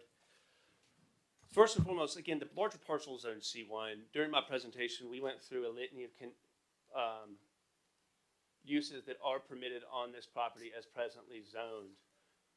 And they include a gasoline service station and an office. So I don't really think that that is the question before you tonight. I really think we're looking at whether or not this employment center, which it is, for entrepreneurs in the county and surrounding counties to have the type of facility which is not presently in the market in this community or any surrounding communities. These office contractor garages are a much needed thing and they're hotly in demand. And to that end, I believe one of the public speakers said that this wouldn't create jobs. Well, it would. Each one of these facilities, each one of these offices is going to be leased by an individual business, which may be a resident of Spalding County or a resident of adjoining county, which is bringing jobs and employment to this area. This will have more businesses in it than probably most of the other industrial complexes in the county that are occupied by one single business. This is an employment incubator for entrepreneurs and for small businesses.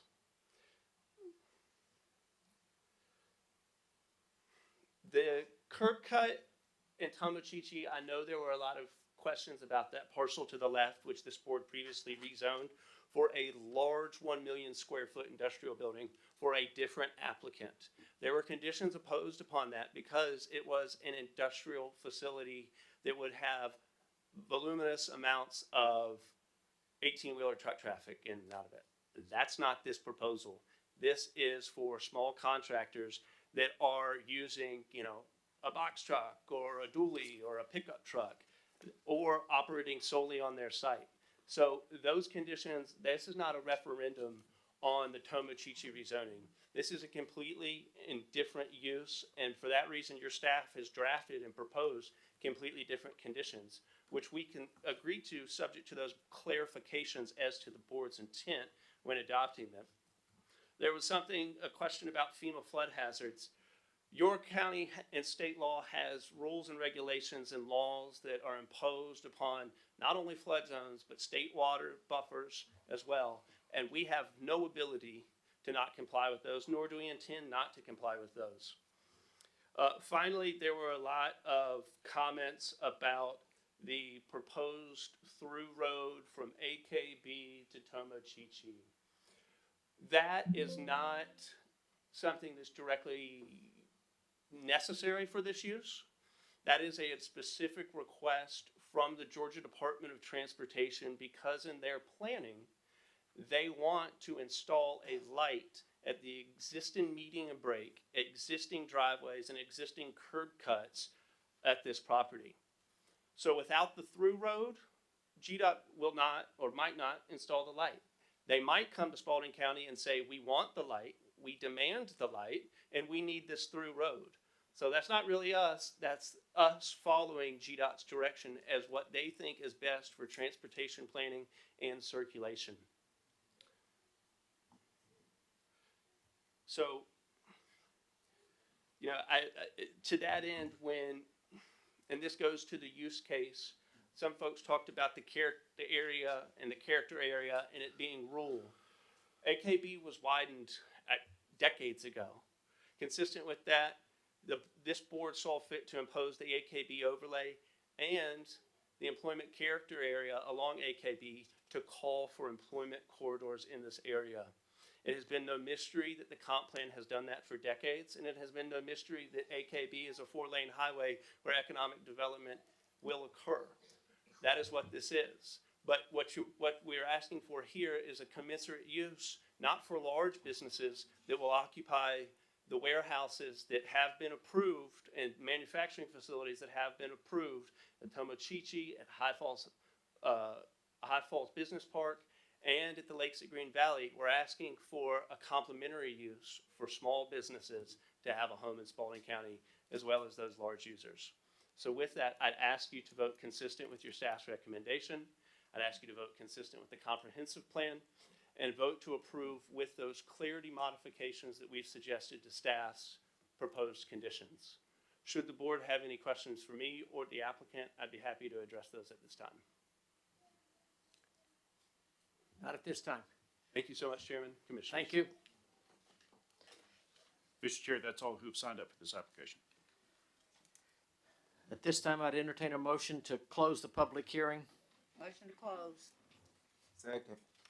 All those in favor, please signify by raising your hand.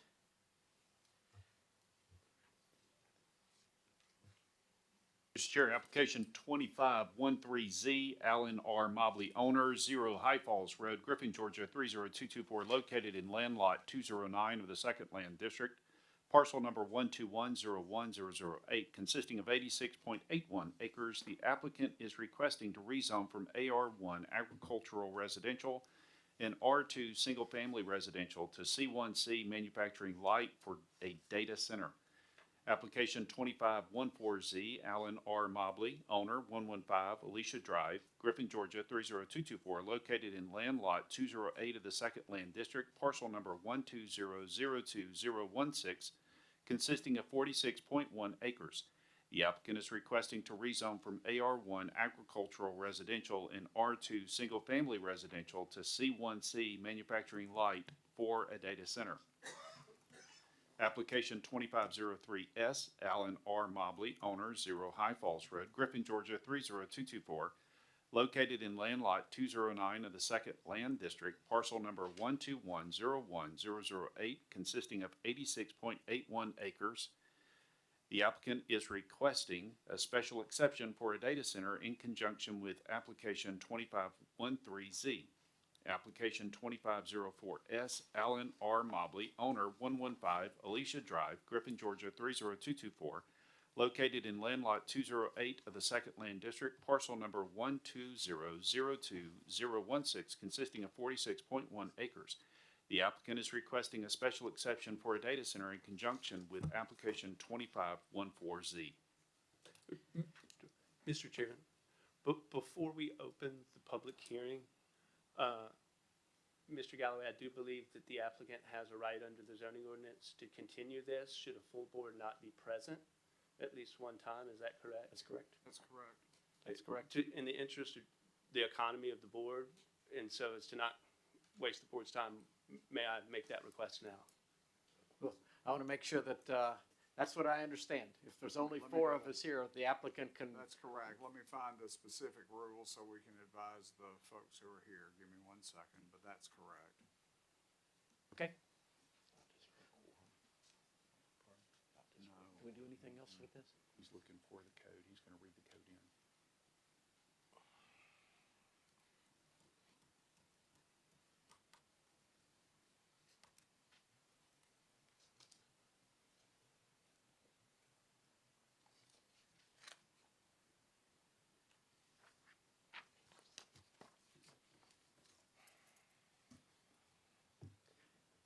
Mr. Galloway, while you're looking for that code, we could move forward with this because this is a public hearing. This would require us to table this at the appropriate time during new business. Is that correct? Give me All right. 1 second. I'm in Article 4. That's where it is.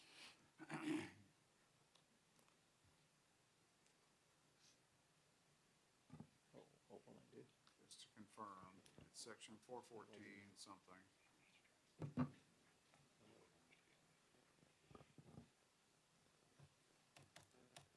It's J4.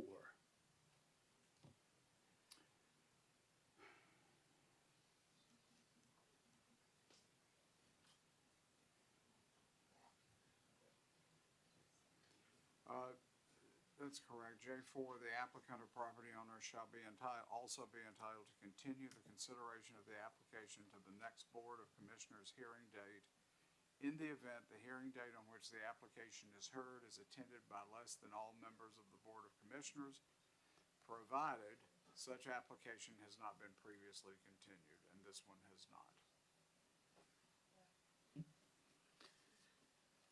We have anybody else get to speak? The public hearing is not held for this application until the next time, that's correct? Right. All right, thank you, sir. Thank you. So if you have signed up, for this application, unfortunately, this application will not be heard tonight, and it will be re-advertised for public hearing.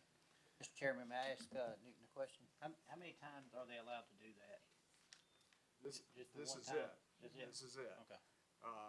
It specifically says, if it has not been previously continued. So if the next time it's presented, we have the same issue and somebody has to be out for whatever reason, it's not as a matter of right. If the board has the desire to continue it, if they request and y'all have the desire to continue it, you could, but it's discretionary. This is the one time as a matter of right. That's my concern, because we had a lot of citizens questioning the people being able to table until Oh, yeah. they got a room, ain't nobody in a room. I just don't want that. Get one time. Gotcha. Awesome, thank you. Mr. Chair, next on the public hearing this evening is Holiday Pass Subdivision Phase 2 Streetlight District. I'll entertain a motion to go into public hearing. Motion to go into public hearing. Second. I have a motion and a second. Any discussion? All those in favor, please signify by raising your hand. 4-0, we're in public hearing. David? So Holiday Pass Phase 2, final plat has been done, the infrastructure is in, they're ready to start building houses. Need street lights, Phase 1 already has them, we need to just do it for Phase 2. Naturally, it's different prices and things of that nature since it's been some time since Holiday Pass Phase 1 was finished, so that's what we have tonight. Okay. Mr. Chair, no one has signed up for this application. Okay. We went into vote. We need to vote to come out of public hearing. Motion to come out of public hearing. Second. I have a motion and a second. Any discussion? All those in favor, please signify by raising your hand. 4-0, we're out of public hearing. Item number 5, consent agenda. Mr. Chair, I'll read all of the applications into the record, so bear with me, it's going to take just a moment. 2005 alcohol license, change of ownership for existing premises, consider approval of the following. 2025 alcohol license Excuse for me, Mr. retail Chairman, sales. I'm sorry. Can I request that we only do items 1 and 2 on the consent agenda, and we can look at combining the second, because I have questions about items 3 through 17. Yes, ma'am, I'll be happy to do that. So item number 1, 2025 alcohol license, change of ownership for existing premises, consider approval of the following. 2025 alcohol license for retail sales of beer and wine for 1650 North Hill Street. There are no violations. Consider approval for the following. 2025 alcohol license for retail sales of beer and wine. Barath K. Punyugati for A1 Food Mart located at 1650 North Hill Street, Griffin, Georgia. 2025 alcohol license, change of ownership for existing premises. Consider approval of the following. 2025 alcohol license for retail sales of beer and wine for the following. 2903 North Expressway, no violations. Consider approval for the following. 2025 alcohol license for retail sale of beer and wine. Mayor Patel for Expressway Food Mart located at 2903 North Expressway, Griffin, Georgia, 30223. Do I have a motion to approve? Motion to approve items 1 and 2, Mr. Chairman. Second. I have a motion and a second. Any discussion? All those in favor, please signify by raising your hand. 4-0, motion carries. Mr. Chair, reading in number 3 through 17, consideration of application permit at Mystic Acres, 1631 Williamson Road, wedding on May 23, 2025. Consideration of amplification permit at Mystic Acres, 1631 Williamson Road, wedding on May 24, 2025. Consideration of amplification permit at Mystic Acres, 1631 Williamson Road, wedding on May 25, 2025. Consideration of amplification permit at Mystic Acres, 1631 Williamson Road, wedding on May 30, 2025. Consideration of amplification permit at Mystic Acres, 1631 Williamson Road, wedding on May 31, 2025. Consideration of amplification permit at Mystic Acres, 1631 Williamson Road, graduation party on June 6, 2025.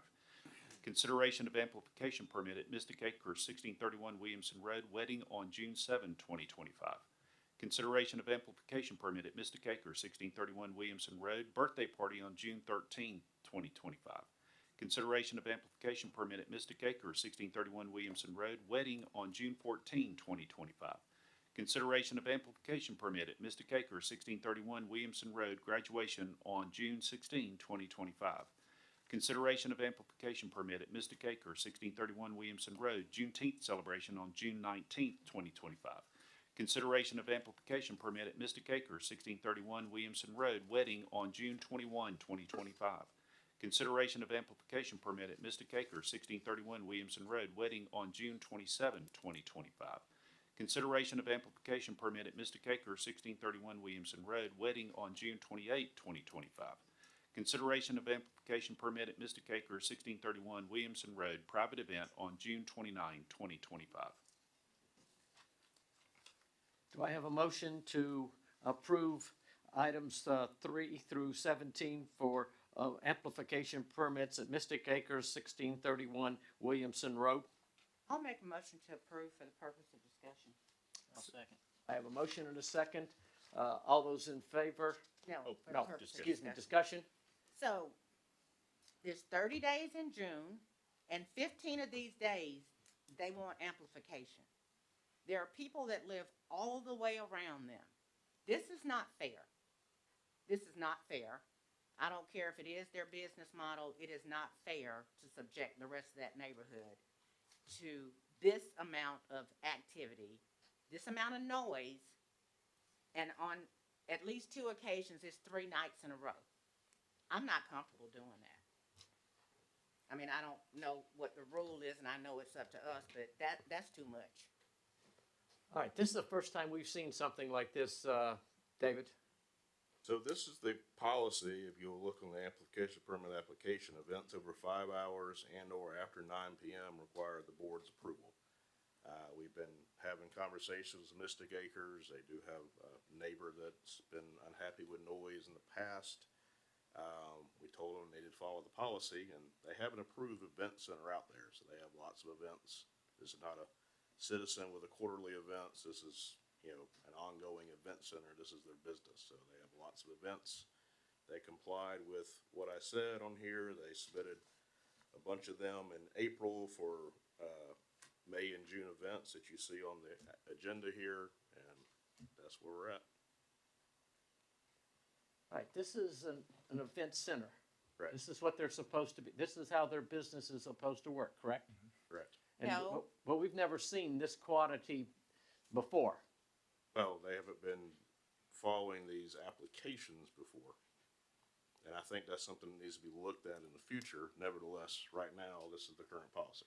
So let me make sure. They've been doing this probably without sending in the applications, Correct. okay?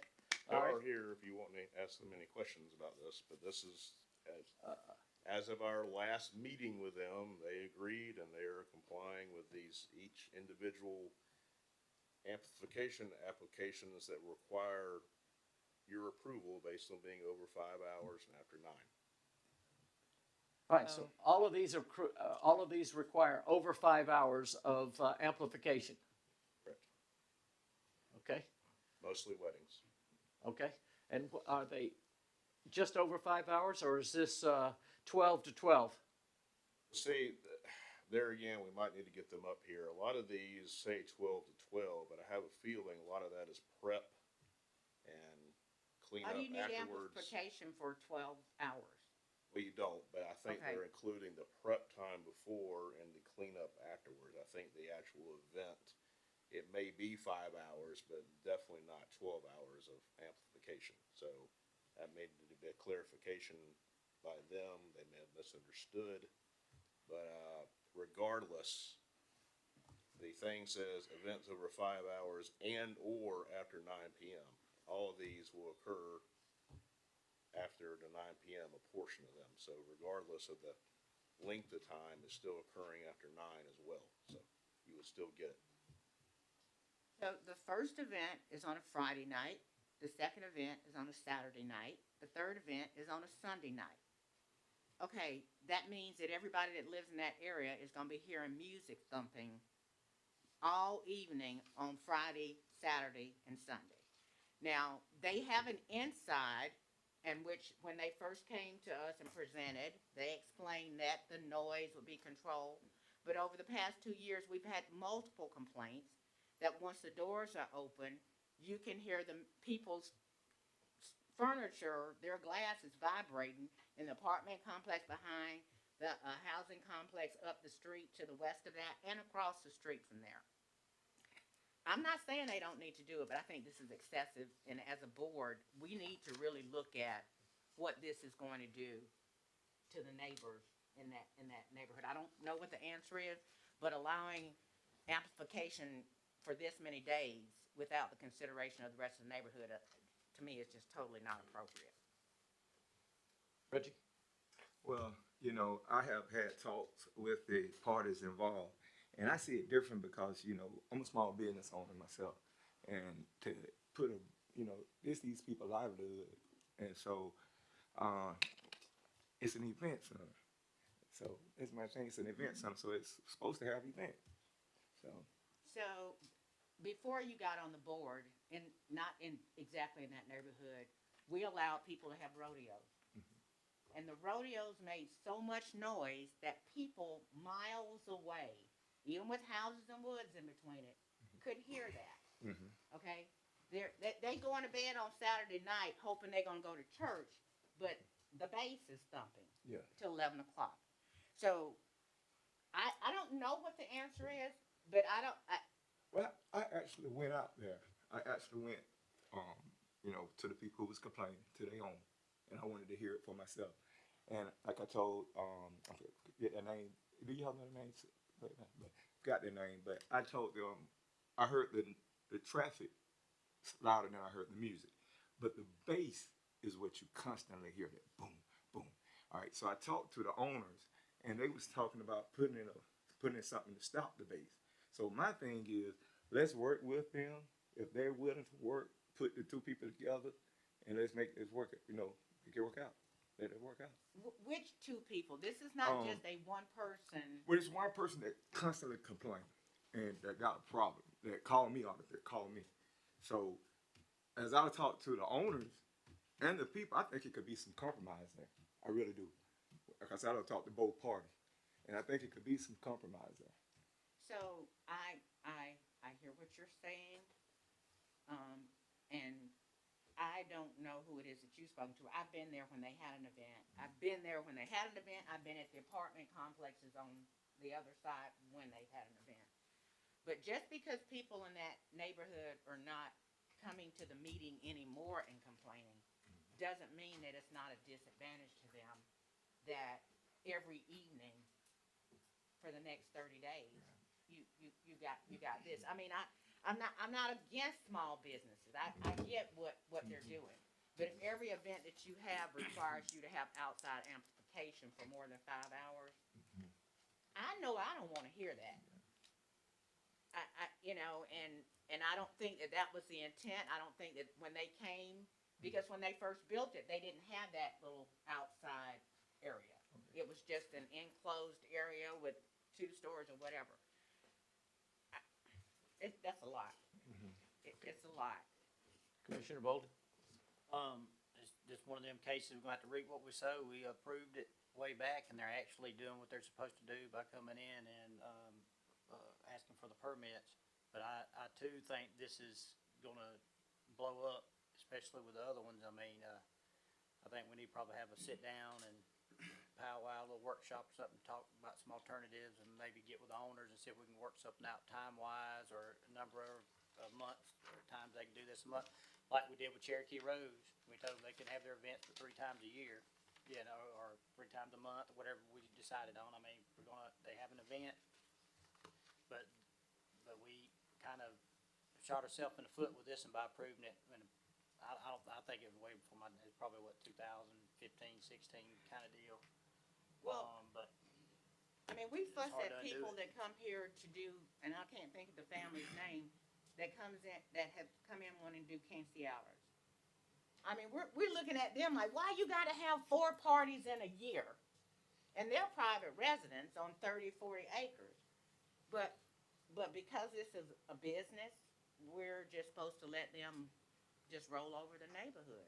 I mean, they can have an affair inside of their building, but I just don't think that every time they have something, just because you applied for a permit doesn't demand that we do it. I mean, I can only vote my own vote, but I'm not good with it. I think there should be a solution that takes care of the small business owner, takes care of the citizens around. If we have to turn around and say, you're an event center and you're gonna be in an indoor event center, then we can turn around and say that. This is how this is gonna work. You're not gonna have approval for outdoor amplification, except as Commissioner Bolden said, 3 times a month or something like that. So I think we can find an answer. I think the director can find an answer. We just gotta tell him, hey, find an answer that is more acceptable to both parties, meaning people who are trying to do it, small business owners, and the people who are around. Now, the issue becomes, we can do that in the future. The issue is, what are we gonna do tonight? Well, tonight, I'm gonna rescind my motion, so if somebody wants to make a motion to approve this, it won't be me. I'll make a motion to approve. All right? keep my second. All right, I have a motion and a second. Any more discussion? All right, all those in favor of allowing it, just one second. Is the applicant here? I think he is. Reggie, why don't did you make the motion? Yeah. Why don't you rescind your motion and let's say something about, we will do it this time, and in the future, we expect community development to come up with a better plan for how to be able to do both things. Take care of citizens who live around there and take care of the business owner. Okay, so I rescind. Okay? So you're making that motion that do it this one time. Do it this one time. We'll approve this one time, and then the next time they come before us, David, you gotta come up with a solution to do that. Which I don't mind doing, but if it's gonna take some kind of text amendment, that's gonna take a little while. We're in hot and heavy wedding season. So I get that, and I think we can't single this organization out, even though I feel like at this point they're the perpetrators, because I feel like this is kind of a violation. But there should be some general principles for how often you can have outdoor amplification. And I mean, yes, there would have to be a text amendment, but that would also just be an addition to a definition for how often that would be. Which is very doable, but you may see in June and July more of these before something can be finalized. Okay, so just for the record, if that's our intent, that means going forward, we will have to make some decisions among ourselves about what we think is an appropriate number of outside events. I don't care who you are. I agree with that. Okay, all right, you agree with that motion? Yeah. There's no motion on the table. I just All want right, to make, just a point, I want to Reggie, make did you make certain, that motion? Yeah, we're on the table, to table? No, don't No. table. No, we're not tabling. I just want to make certain, Mr. Commissioner Watts, this applies to all of the amplification items, which are 3 That through is correct. So 17, I believe. Yes. Okay, so yeah, we could rescind for just this time. Yes. All right, so but you're probably motion get is more of gonna these in be June, so. June. Okay. to approve this time. All right. And the next time, David, you're gonna have to come up with a solution. I will, but for it to be finalized legally, it's gonna take a little bit longer than that, so. If he can come up with it for, So he needs guidance from us, He does. and, you know, we need to share with him what Right. is a good number for us. okay, let's have a workshop on the 1st of June. Okay. And when we have the June P and Z, Have have something for us to approve, to be able to do this. And we'll get through this time. Now, as the Commissioner Flowers Taylor said, we got to talk about all of them, not just Mystic A. This is a bigger issue than just one who's trying to do the exact right thing because of what we said. We said do it, they turned it all in to be able to do it. All right? All those, everybody understand? You need a motion on the table, sir. I thought Reggie made that motion. There is no motion. He rescinded his motion and he's not presented a new So motion. I will make a motion to approve the items 1 through 17, with the stipulation that there will be a following workshop in June, that we will give a recommendation on how to proceed with any other application before our next meeting. All right, so that's 3 through 17. 3 through correct? 17. 3 through 17, sorry. All right, do I have a second? second it. I have a motion and a second. Any more discussion? All those in favor, please signify by raising your hand. 3, all opposed, 1, motion carries. New business. Consider a final plat revision for Grayson Park Phase 2B, lots 66 through 71. Do I have a motion to approve? Motion to approve. Do I have a second? Second. I have a motion and a second. Any discussion? All those in favor, please signify by raising your hand. 4-0, motion carries. Consideration of a street light district for the Holiday Pass subdivision. Do I have a motion to approve? Motion to approve. Do I have a second? Second. I have a motion and a second. Any discussion? All those in favor, please signify by raising your hand. 4-0, motion carries. Item 3, application 25-15Z, Timothy Long, owner, 738 Mangum Road, Griffin, Georgia, 30224, located in land lot 51 of the 3rd Land District, parcel number 218-02089A, consisting of 1.48 acres. The application is requesting to rezone from R5, single-family resident, to R1, agricultural residential for agricultural purposes. This is one we just listened to public hearing in the morning, or earlier. And Seems like morning. Mr. Chairman, it's appropriate now to hear the staff report and Yes. recommendation. So it discussed in there, and it was brought up during the public hearing, the fact that it is, yes, there are AR1 pieces across the street. There's a lot of AR1 around. However, this is still technically part of that Buck Creek subdivision, and normally you're not allowed to rezone lots within a subdivision that are a different zoning than what the other lots are. So based on that, it technically cannot be rezoned R5. All right, and what did the planning commission do? They recommended denial as well. And attorney, there's no legal issues? No, I'm just there's no- checking to make sure I cover everybody's bases. Okay? And David, your staff recommendation is? Was denial based on the subdivision issue.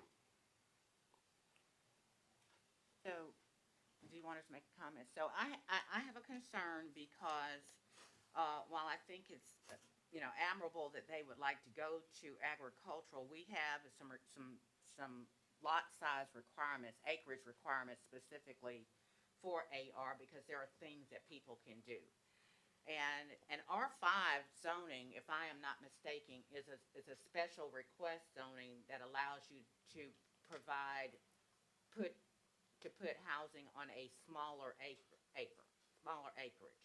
It is minimum 2 acres like several of the other ones. AR1 and the AR2 are the biggest of them, but R5 and R1 and R2 are all minimum 2 acres. So that means that there Without had a to be a special special exception. exception in the first place just to get them to be R5. Yeah, that's a lot. Well, the variance that is, should you choose to approve it to AR1, the variance that is tied with that, the next thing would be to be a variance on the lot size not meeting the 3-acre requirement. You did this recently with one on corner of Jackson Road, and I forget the other road it was on, but you did something similar with that case as well. And the main distinction with R5 is that the minimum square footage on the house is 1250. David, And that's different on AR. did we have a code enforcement issue out at this place? Yes, based on the fact that R5 does not allow the livestock and poultry they have out there, that was the code issue. Okay, so let me make sure I got this. This violates our ordinances, this request. Currently, yes. Okay. All right, Motion to deny. Do we have to vote do we combine or do we read each one? No, you have to do each one separately. Okay, motion to deny application 25-15Z. I have a motion. Do I have a second? I'll second it. All right, I have a motion and a second. Any more discussion? All those in favor, please signify by raising your hand. 4-0, motion carries. Now, item number 4 automatically falls off because of, you didn't do the first one, right? Oh, Item I'm sorry. number 4 falls off. Variance is moot. It's moot. Okay. We don't need to do it? No, okay. Item number 5, application 25-16Z, Amanda and Daniel Gilbert, owners, 1121 Amelia Road, Locust Grove, Georgia, 30248, located in land lot 149, of the Second Land District, parcel number 200-01004B, consisting of 3.06 acres. The applicant is requesting to rezone from R2, single-family residential, to AR1, architectural residential for agricultural purposes. So no code issues with this one. They are also not in a subdivision. They, just as you've done with 2 or 3 others in the past 6 months or so, they want to go from R2 to AR1 for agricultural purposes, livestock, poultry, and the like. They don't need a variance as well because they're already at 3 acres. So if it was rezoned to AR1, no variance is needed. May I And ask a question? from Planning Commission, Approval. and your staff recommendation is approval. Yes, sir. Amelia Road is a very rural area. Okay?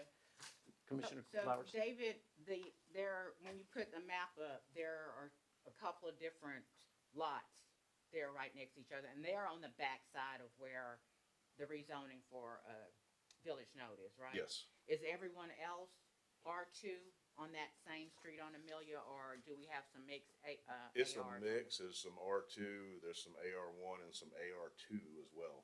Okay, So, that's all I got. All right, Motion to approve. I have a motion. Do I have a second? Second. I have a motion and a second. Any more discussion? No conditions, All those, correct? I'm sorry. I'm sorry.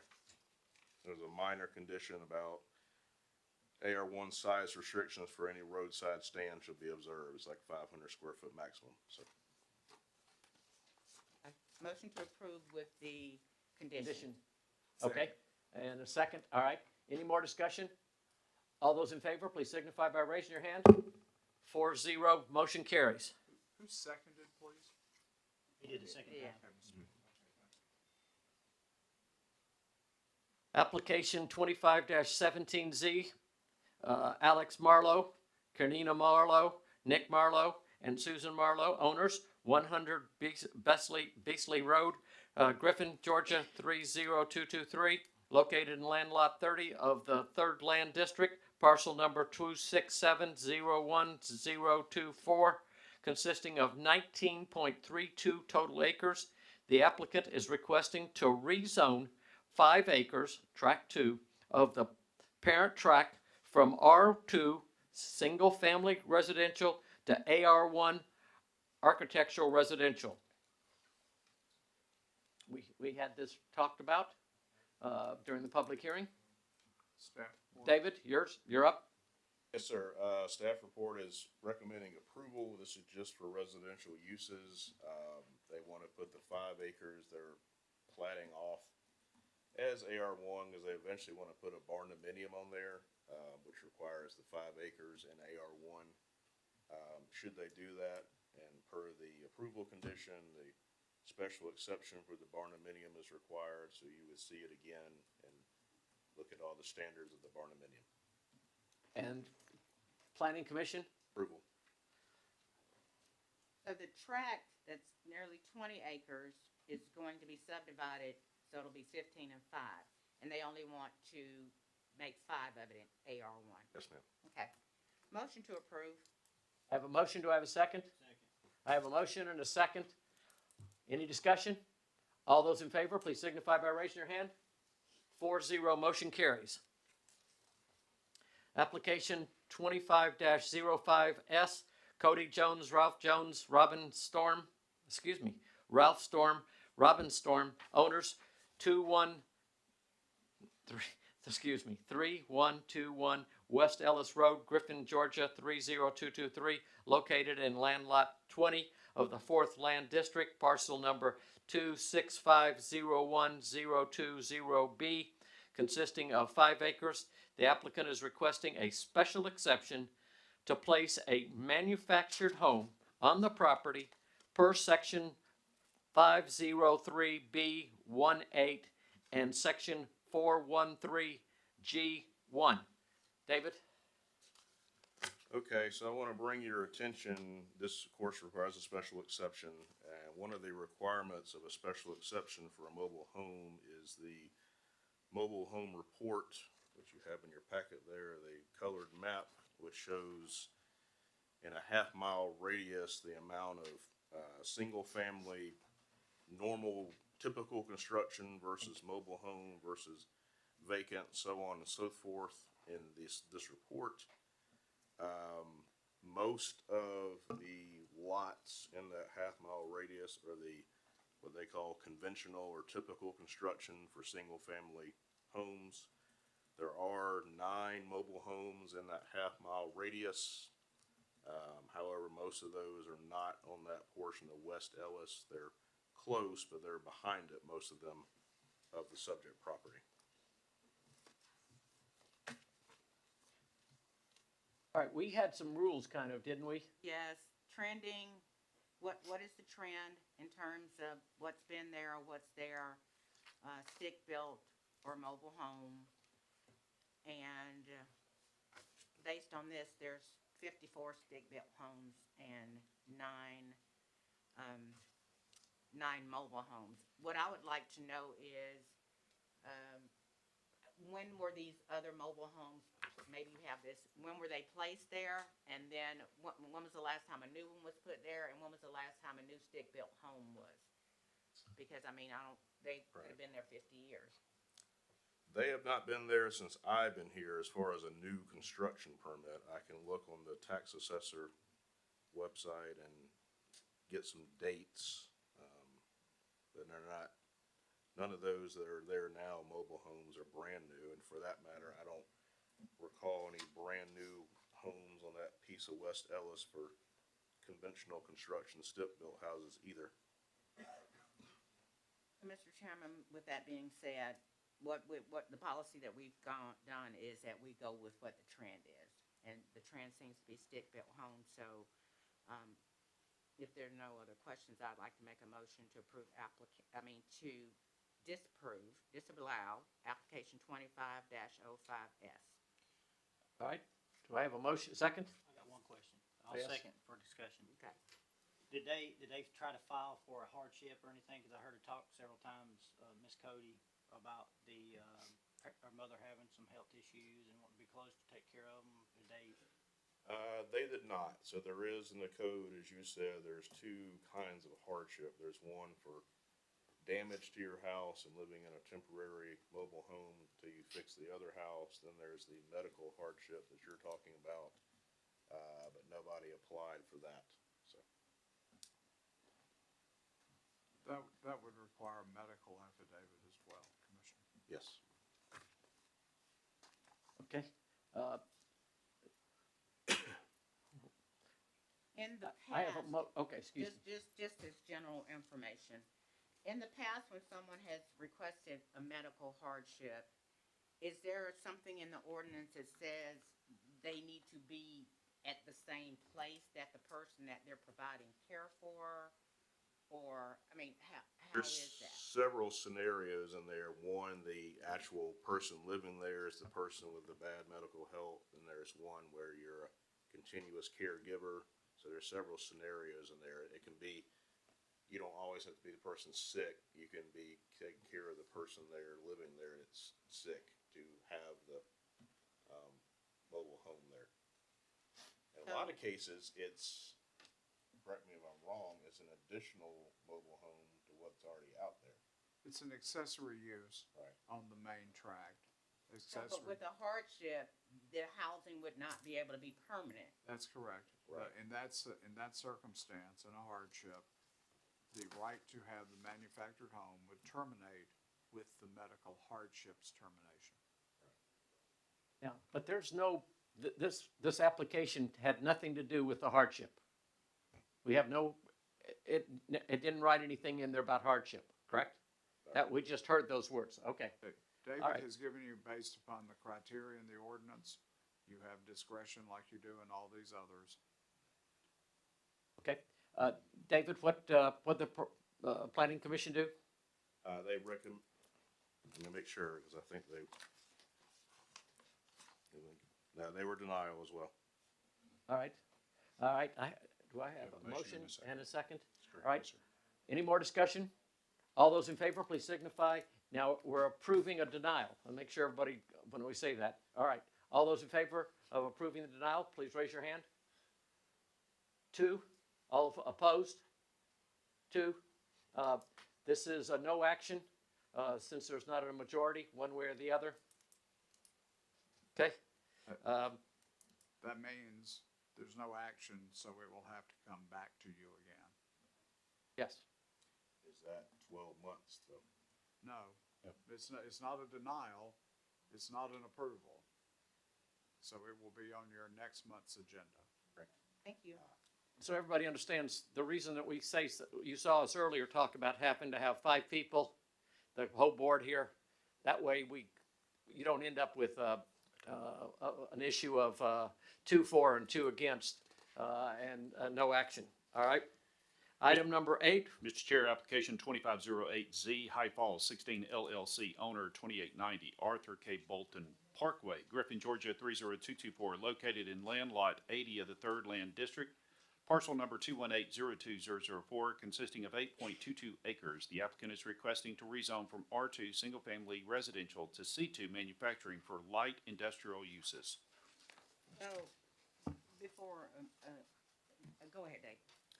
So obviously you will vote on all 4 of these separately. However, I will address them all 4 at the same time. Since if approved, they would be consolidated and rezoned to the same classification. Basically, this is a northern continuance of the already approved High Falls Industrial Park. You have a couple of residential lots. This would be taking over to accomplish that, of course, but you're basically looking at land that's sandwiched between Arthur K. Bolton Parkway and an industrial park. There's just no other viable use for this property other than what this is.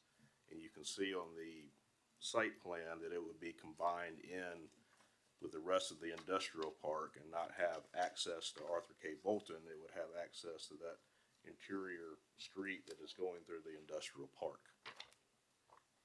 This area along the south side does not have nearly the amount of residences in that area as the north side does, so. Can we see the map again? Oh, I'm talking Yeah, the yeah, wrong yep, side. she's got, it. She's Uh, going. And the recommendation? Approval. So, Mr. Chairman, if you will indulge me before I make a motion.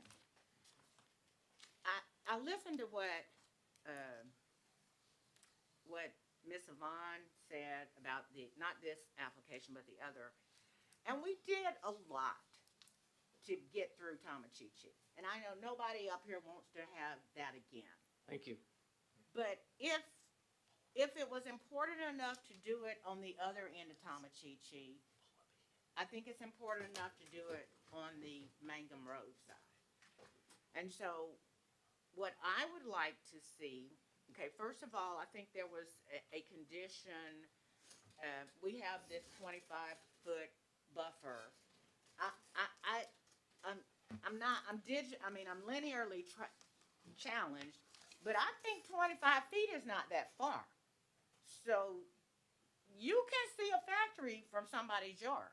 So I don't think if you're close to residential property, I'm feeling like there needs to be more buffer, and that's not what I'm seeing that's going to happen here. And I know David said that on this end there's not that much residential, but if there is any residential, I would like to see this beefed up, whether it's a berm and trees, but certainly more than 25 feet. So the site plan actually calls for a 50-foot wide buffer on the enlargement site plan here. And that's on the side. On the conditions, it says only 25 feet, 10 feet cleared, and then 15 foot Yeah, planted. that was Mr. Jones' Yeah. right up there. No, as a policy issue, I think we should stick, one of my thoughts is we should stick with what we did with Tomachichi. Everybody who gets on there gets the same Tomachichi answers that if we said 75, 125, 25, whatever it is, all of those rules should come back around and say, everybody who's gonna be inside that corridor is going to stick to the Tomachichi. We worked hard to come up with that. It was a good policy decision, we think. One of the ladies came up and said, let's keep with it. I kind of agree with that. All right, David, go ahead. So just give some context. This is the Tomachichi you're talking about, the purple here. Yes, it has got quite a few more houses all along Tomachichi and Chihal as well. These three pieces here, small pieces, a little divot here is what you're talking about with this. Down here has already been cleared for the industrial park. There's no houses. Houses over here are between that and the industrial park. Okay. Factor there. This is all woods and empty.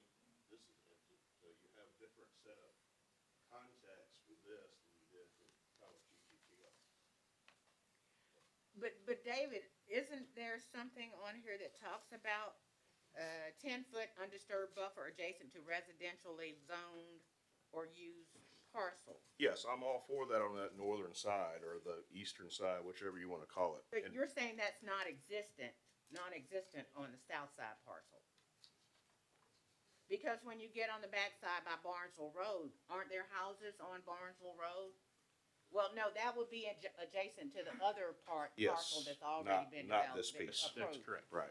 Okay. I actually went out there and looked around this place the other day, and it's a very nicely done development.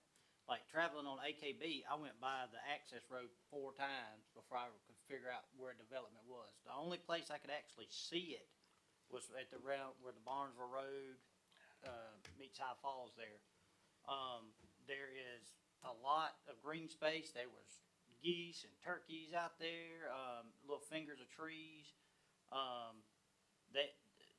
The developer really did a great job because this land is just like full of trenches and ditches and gullies and stuff, and just it was just, I think it was nicely done. And the idea of the access road from straight across from Barnesville, making sure they put the buffer, the green space, and everything there. I mean, you wouldn't even know, you wouldn't be able to see it from Barnesville Road. I mean, High Falls Road coming through there. Okay, so that's encouraging. Yeah, and that's the part mainly that's already done. This part up here, where the new building is going, it's already got a natural berm on Oh, 'cause 16. AKB I mean, it's a 500. huge berm right now. I know they'll have to probably cut it down a little bit, but we can implement that, a little bit of that berm into it to create a good blockage, and if you squint your eyes, you'd see it. So we have is it from the center line or from the right of way, we have a 500-foot requirement that nothing can be. And so that's already treed and whatever else off of AKB. So then, so I'm good with that part. The road that is going to run through, is there an intent to turn that road over to us? It's my understanding that, yes, eventually that would become county So property. then I would request that there would be some extensive different paving on that road. We've actually had that If you- conversation with the developer that would be what we term as super paving, to accommodate for all commercial traffic traveling on that road. Yes, ma'am. Okay, so that would be one of the conditions that I would ask for in terms of this piece of property, is that whether we accept that road or not, because of the kind of traffic it's gonna have, it needs to have a different kind of paving. And an apron that comes out to meet, is that Bucksnort Road right there? It's Barnesville Road to the interior road coming through this development would come out on AKB just east of, it's High Falls. Okay. All right. So wherever that entrance is, that the road is beefed up to. And it's gonna have, that particular section there, since it is an interior road that GDOT has already constructed, they're not gonna add additional road frontage. They're not gonna add additional curb cuts, but with the amount of development that's going into this particular area, I would dare venture that the developer will have to put that level of asphalt down to ensure the traffic doesn't tear their roads up, even during construction. Now, this is also where they're talking about putting the strip thing, correct? Is this the specific one we're talking about? No, that would be the next one, and Okay. that would be across the street from the one that we're currently considering. Okay, wanted to make sure I got the right one. Okay, So, that being said, Mr. Chairman, I would like to make a motion to approve application 2508Z. Mr. Chair, I think I need to, if I may, I need to, Staff. number one, read out the conditions and also clarify a couple of things. Staff conditions is approval, number one, compliance with sections 2206 and 2209 of the AKB overlay. Standards are required, landscaping, parking, et cetera, and for the building materials and architecture, the additional requirements of the Lakes at Green Valley Covenant shall apply. We've had some discussion about that with another building that was already approved several days ago. IDA, Mr. Lucky and all them had a meeting about this and actually clarified that they consider masonry to not just be brick, it can be concrete panels and the like. So what they were showing on there would align with that, would not have to be brick necessarily, masonry. The definition of masonry to them encompasses all the different materials, concrete, brick, and so on and so forth. As long as it was stamped, tilt-up walls, as we see inside the lakes at Green Valley, they have determined that to be masonry. So we consider hardy board masonry, don't we? We On the do. board? So, but is that part of the standard for? It is not. That That is was not not their inside wording the there. covenants. No, ma'am. Okay, But they did mention concrete. okay. So I might want to tweak that to say to include concrete. The concrete tilt-up walls, the stamped concrete walls. Okay. Number two, final civil and structural plans should be subject to further Spalding County departmental review. That's just standard. Number three, any future data centers shall require further zoning approval prior to permitting and shall comply with county standards for data centers. Mr. Jones had actually added a fourth about a 25-foot wide buffer, 10-foot undisturbed, 15-foot planted. However, I would like to suggest for number four, that we stick to what's shown on the site plan with the 50-foot buffer on that one side. On which side? The side, the northernmost side of it, this over here, away from the industrial park. This is shown on the plan already. Picture. That, what we're talking about now is where where homeowners are, where homes are. There might be one or two, is very scant, but nevertheless, that would be your Oh. most residential side. Oh, okay. I'm with you on that. So number 4 would read 50-foot buffer as shown on site plan. And I'm a little, just make sure, David, we're talking on the same thing. When I talk about buffer, I'm not, we just came out of the winter months, and you can see a whole lot through some buffers. Some buffers are, that's why with this and the next one we'll talk about, I'd rather not be boxed in with a 10-foot undisturbed and a 15-foot. I'd rather go out there and say, this is a nice buffer already, it only needs a little amount, or this is horrible, it needs to be completely replanted. I'd rather it be. It's the winter time that bothers me when Field conditions, everything's yes. leafed out and there's no leaves around. So, okay, as long You as have you're, an undisturbed strip that has nothing but vines in it. It's undisturbed, but it has nothing in it. So, Right. you know. That was my concern, is that lots of places don't have anything there. That's still undisturbed, but it's naked. no, that's not acceptable to me. So we're making sure, you're checking that, okay? So you're saying a 50-foot, as this picture we're looking at, the 50-foot buffer will be on the right side? That would be the eastern end? That top corner, yeah, that top line up there, Okay. as shown on the plan already. Okay. All right, do we have a motion? What about super paving? Okay, May I ask for clarification? all right. Yeah, if this is a 1 minute or, We're just saying buffers consistent with as shown on the site plan. Is that correct? Correct. Thank you. There's the So one, does the buffer on the site plan say vegetative buffer? Does it say, it says shrubbery 40-foot replanted buffer, 10-foot undisturbed buffer. 40-foot replanted. all right, I can live with that. Replanted meaning Trees. evergreens or something like that, something you can't see through. Just kudzu, no. Okay. All right, What about the road? Yep. The super paving you referenced? Because that's not in the staff report. No public road on this.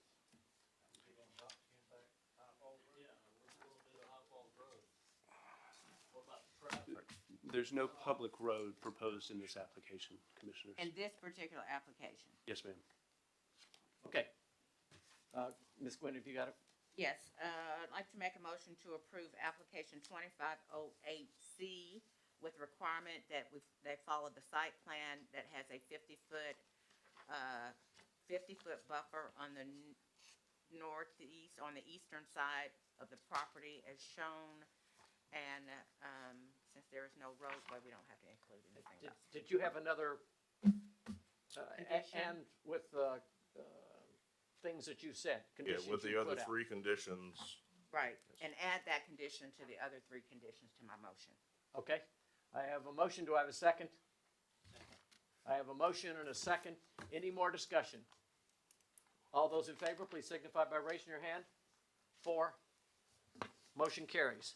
Mr. Chair, application 2509Z, High Falls 16 LLC, owner 2912 Arthur K. Bolton Parkway, Griffin, Georgia 30224, located in land lot 81 of the 3rd Land District, parcel number 218020001A, consisting of 9.91 acres. The applicant is requesting to rezone from R2 Single Family Residential to AR1 Agricultural Residential, from R2 Single Family Residential and AR1 Agricultural Residential to C2 Manufacturing for Light Industrial Uses. David? so staff has recommended approval for this. There are quite a few more approval conditions for this one, because as the public and the board said, there's a lot more houses over on this side. The fact that most of this property is already zoned C1 highway commercial really just makes a lot of the normal consideration you'd have for like a vacant property that's not rezoned commercial already. It just makes all those arguments kind of moot. As I've said before, there's about 50 some odd active uses you could put on this right now without having to ask any permission whatsoever, including gas station and some offices. Other things that are not as desirable as what this might be. By approving and you could also not put any conditions on those because they're just permitted by right.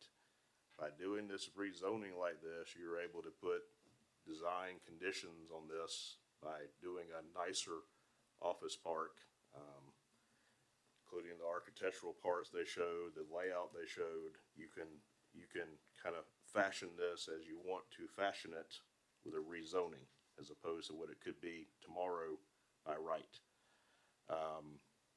As I said before, there are a lot of approval conditions on here. I will read them in a second after we finish discussing the gas station part, and it's right up against Arthur K. Bolton, away from the houses and away from Tomochichi. That could be put in tomorrow as well, but it is located well away from any residences out there, so that's not really a factor. The office parts will have kind of a unified architecture, quite a bit quieter than some of the other uses that could be out there. We can get into conditions anytime y'all want, but I'm sure y'all have some other questions.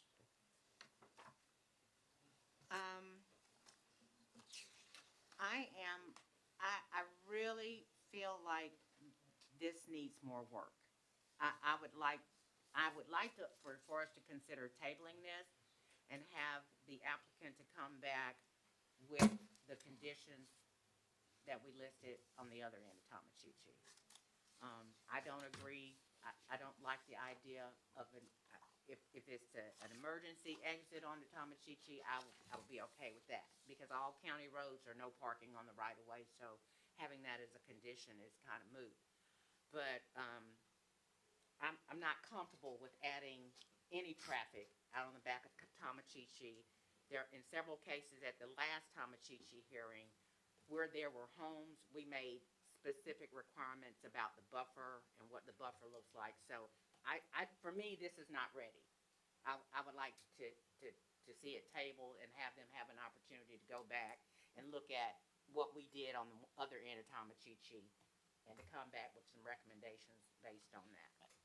And I see, and what I heard was that the DOT was basically requiring them to do it. And if they could get out of having to pay the money to put a curb cut on Tomochichi, they would love to do that. I know like this, like a emergency exit or something like that, but I think they're being kind of held to the fire with DOT. DOT may come back and say, no, we don't want this in here, and then they'd be fine with not putting an exit on that side. I think something like this, just being a small business owner like Watts, Spalding County don't seem to be very small business friendly when it comes to people, home occupations and stuff like that. And just like the guy on Zebulon Road down there had the lawn care service, we kind of told him he couldn't do that there no more, and he didn't have nowhere to go. You either got something huge or that you can't, the common man can't afford. This right here, I seen one up in Woodstock that's similar to this, and it's just everybody's working together. There's 7 or 8, 10 little businesses in there, like he said, plumbing. There's even when he said custom cars, that was like hit the nail on the head, because there's like 2 or 3 of them up there. Everybody likes to build the cars and sell the little parts, and the number one thing is not having any kind of outside storage. You don't want, the shade tree mechanics out there in the parking lot and changing oil and stuff running out of there. But so I like the idea of keeping everything inside the warehouse, and it's kind of seems like it's built to what the customer wants. So if he wants that entire building to work out of, he can do it. I mean, I think that the idea and the concept is wonderful, but it's a small industrial park, and like so many other small industrial parks, that they need to be enclosed. And I mean, I would be very interested to find out, because Tomochichi is a county road, so DOT can't tell us anything about a county road. So I would like to know what the pressure is for them, because like I said, on the other development, we we agreed, you can have an exit, but only for emergency vehicles. So there will be an exit there, but other than that, I'm fine with that, but I want to see the same considerations that we gave to the other families or the other residential properties on the other end of Tomachichi need to be the same for me on any properties that are adjacent. Whether that means, you know, the buffer is wider or it's a berm and it's covered with trees. But I like it, but still need some work. And I heard, one more concern about the parking on Tomachichi Road. I think, didn't we just pass some kind of like no parking ordinance? So, You can't yeah. park anywhere. Yeah, that's right. So, but that's if it gets enforced. And that was the reason I voted against that ordinance. Just seems hard to enforce, but if they really enforce it and write some tickets, and even like if the DOT did require them to open that up, you write 4 or 5 truck tickets. I mean, I preached in the beginning, no truck tickets, but if they sat out there and wrote 4 or 5 truck tickets, them truckers talk. You know, so they would kind of slow it down a little bit. One of my issues is I want to make sure we're not turning 16 into 1941. That's a bad thing. 1941 got away from us. This is our opportunity to make sure that what we say, what we look at, how we screen, how we take care of noise and light, all those things are taken care of on all of the overlay. So although I'm not quite as strong about tabling as Gwen is, I'm not sure that I want the things we did and worked on the policy on Tomachichi to be applying at least to this side, up against it. So I could. And I did look at those because I was given those numerous conditions on there, and I did put some of them in here I think apply to this as opposed to what that was, which was industrial. So I did apply a few of those in here. One of the strengths of this, what you're talking about, Terra Boulevard and being so piecemeal, or North Expressway, whatever you want to call it, this has a kind of a unified architecture. So it's not piecemeal. This building looks like this, then up the road looks like this. It's more unified architecture. So. And it looks more like a campus that I would consider it to be a campus, rather than someone coming in and deciding I'm going to put my personal private business here, because I think Ryan is right. We have not been very receptive for small businesses, and this is an opportunity for entrepreneurs or even existing businesses to have a place to be able to set up. It's, I don't know how much it'll cost, but according to the plan, there are two proposed access driveways going in. I just don't think they need to have regular traffic vehicle access out the back on Tomachichi. I think that contradicts what we thought was important on the other end. All right, let's, I'm not against it. I'm not interested in denying it. Yeah. But I'm not interested in approving it either without those rules of what we put into Tomachichi. So I'm for tabling, I'll go Until along. they come back, they can come back with, they talk to the neighbors. We know what the people over there want if we're going to approve this. We already know that the site lighting, we've changed the entire ordinance to address that. Where the private residences were, I think part of that requirement was that there was be an earthen berm, and so that will block that off. So he has those requirements, and if he works with the applicant, they can come back to us with what matched on the other end of Tomachichi in regards to those residences. All right, you making a motion to table? I would like, and you guys got anything else you want to say? I'd like to make a motion to table. Now, if we table this one, there's 5 parcels with this. Do we have to do them one at a time? This one only has 2 parcels. This has 2 parcels. Okay, You need that's motions on each one. 9 and 10, but the motion is on 9, right? Yes, ma'am. So I would Well, like, right now, it's on 09. okay. No, I'm sorry. It's on 11 and 12. You approved Okay. 08 through No, we Okay, I forgot to mark that one, I'm sorry. So my motion would be to table application 25-18Z. No, No, you're at No. I 2509. thought you said number He did 11. it. It's number 9. We're on number 9. it's 2511Z. Okay, y'all, let's make my hair roll back up in my head.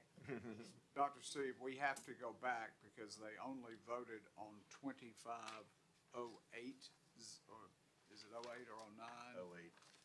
08, so we've still got to have them vote on 09, 10, and 18.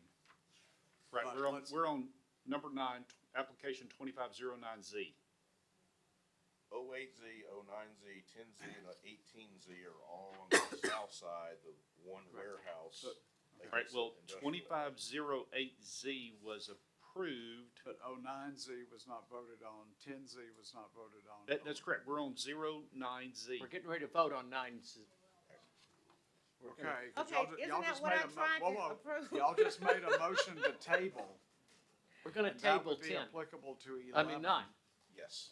We're tabling 9. We all, No, Mr. Okay. Chairman, no. 8, 9, 10, and 18 are all the south side of AKB where you just approved 8. But you did not approve 09, 10, or 11. I hear you. I do.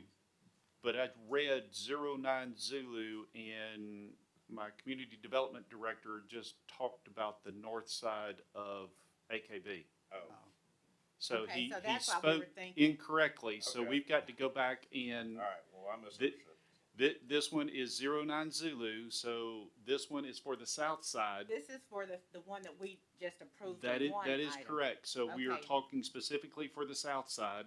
All right, then the motion there would be the same as 08. That is with the correct. So same this one would conditions. Got it. be an approval. Application to approve, I'd like to make a motion to approve application 25-10Z. Can we do 09Z Nine first? Oh, Jesus. okay. Okay, I'd like to make a motion to approve application 25-09Z. Thank you, There ma'am. go, with the conditions. With the conditions as 08. stated by planning and staff, and along with the conditions that we had about the no outside storage. Wait a minute, hold on, another one. First No. conditions at High Fall Park. Commissioner, the same conditions that you approved on 08Z. Correct. So, yeah, those same conditions were the conditions that staff listed, and we also asked for the buffer. The buffer on the eastern side, correct? Correct. All right, Okay. everybody got the motion? All right, do I have a second? Second it. I have a motion and a second. Any more discussion? All those in favor, please signify by raising your hand. 4-0, motion carries. All right, Now you've got to do 10. Number 2510Z. Mr. Chairman, I'd like to do you want to read it again? No, just Okay, say same Mr. motion Chairman. as 08. and we Okay, I'd got it. like to make a motion to approve application 25-10Z. Second. all right, I have a motion and a second. Any more discussion? All those in favor, please signify by raising your hand. 4-0, motion carries. Mr. Chairman, I'd like to make a motion to approve application 25-18Z. There you go. I have a motion and a second. Any more discussion? All those in favor, please signify by raising your hand. 4-0. I apologize. I should have caught that before we got off of 8, so I 'Cause apologize. we just went off into a whole We Tomachichi did. We did. thing So up here. Now, let me read the application you're on the one into to the table. record, please. Application 2511Z, High Falls 16 LLC, owner 2825 Arthur K. Bolton Parkway, Griffin, Georgia 30224, located in land lot 80 of the 3rd Land District, parcel number 218-02005D, consisting of 19.65 acres. The applicant is requesting to rezone from C1 Highway Commercial to C2 Manufacturing for light industrial office uses and a gas station. This is what my community development director spoke about on the north end of AKB, The office part. the office park. So, Mr. Chairman, I would like to make a motion to table application 25Z, 11Z. All right, I have a motion to table. Do I have a second? Second. I have a motion and a second. All those in favor, please signify by raising your hand. 4-0, motion's tabled. Mr. Chair, application 2512Z, High Falls 16 LLC owner, 0 Tomachichi Road, Griffin, Georgia 30224, located in land lot 80 of the 3rd Land District, parcel number 218020006E, consisting of 5.05 acres. The applicant is requesting to rezone from AR agricultural residential and R2 single-family residential to C2 manufacturing for light industrial office use. Mr. Chairman, I would like to make a motion to table application 25-12Z for the purpose of staff and the applicant replacing some of the conditions with the conditions that we placed on the other end of Tomachichi Road. I second. I have a motion and a second. Any discussion? All those in favor, please signify by raising your hand. 4-0. Okay. Mr. Chair, application 2513Z, Alan R. Mobley, owner, 0 High Falls Road, Griffin, Georgia 30224, located in land lot 209 of the 2nd Land District, parcel number 121010008, consisting of 86.81 acres. The applicant is requesting to rezone from AR1 agricultural residential and R2 single-family residential to C1C manufacturing light for a data center. The applicant has requested to postpone until the full board is available. Okay. We don't need to do anything else. Mr. Parliamentarian, do you want us to table these or just leave them sit? Let's go ahead, if you don't mind, let's table them to the Do I have a next motion to meeting. table? Mr. Chairman, I'd like to make a motion to table application 25-13Z. I second. I have a motion and a second. Any more discussion? All those in favor, please signify by raising your hand. All right. Mr. Application- Chairman? sorry. Oh, you're reading the second one. Yes, ma'am. Application 2514Z, Alan R. Mobley, owner, 115 Alicia Drive, Griffin, Georgia 30224, located in land lot 208 of the 2nd Land District, parcel number 120022016, consisting of 46.1 acres. The applicant is requesting to rezone from AR1 agricultural residential and R2 single-family residential to C1C manufacturing light for a data center. Mr. Chairman, I would like to make a motion to table this item per the applicant's request. I have a motion and a second. All those in favor, please signify by raising your hand. 4-0, motion's tabled. Mr. Chair, application 2503S, Alan R. Mobley, owner, 0 High Falls Road, Griffin, Georgia 30224, located in land lot 209 of the 2nd Land District, parcel number 121010008, consisting of 86.81 acres. The applicant is requesting a special exception for a data center in conjunction with application 25-13Z. So do we have to particularly, the variance doesn't go without the Those rezoning. become moot, Mr. Parliamentarian? I'm fine with not having to table the special exception because it's dependent upon the On the zoning. rezoning. All right, thank you, sir. So, number 16 and 17 are moot at this point. Other business. Application 23-27S, ACA Ventures, Asik Lane, 3458 Seaman Road, Griffin, Georgia, approximately 2.49 acres, located in land lot 113 of the 2nd Land District, parcel number 201010012A. The applicant is requesting a special exception for a convenience store gas station per section 1303B2. Now, let me make sure that the GDOT is gonna put a stoplight. The last conversation that we had with the Georgia Department of Transportation just last week, after the approval of the Minerva project on 155, was that GDOT has the intent to place a traffic signal at Teeman Road and 155. Yes, sir.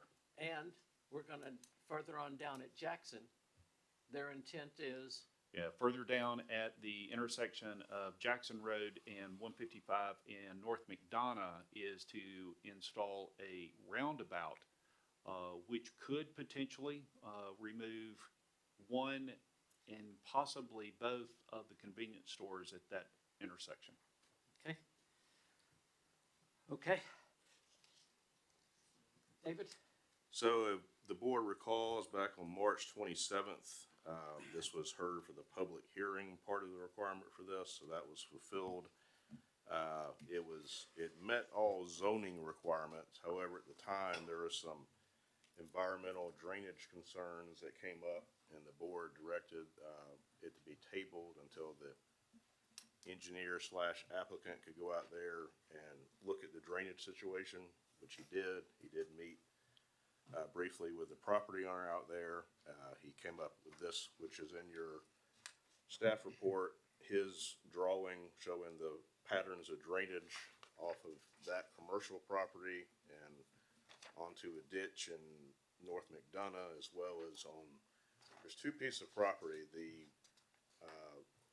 citizen who had the concerns is outlined in green, and there's a piece between her and the commercial property there, so it shows all the arrows of how that drains on there. Staff's conditions are still approval. Planning Commission was for approval back in December, believe it or not. It's been around that long. There are several approval conditions there as well. Like I said, it aligns itself with the future land use map. It provides for a community or commercial crossroads there, which is what that intersection is. It's been rezoned that way for quite a while. There are some conditions attached to it then that the site plan complies with all those conditions. So I know there were some environmental concerns. I'd like to address that for a second. So right now, as we talked about with the office park, is zone C1B, neighborhood commercial. The gas station does need a special exception, but there are about 40 other uses on there, commercial-wise, that could be built out there tomorrow by right. Every single one of those would have impervious paving, lighting, delivery trucks, things of that nature attached to them. So that would not be avoided.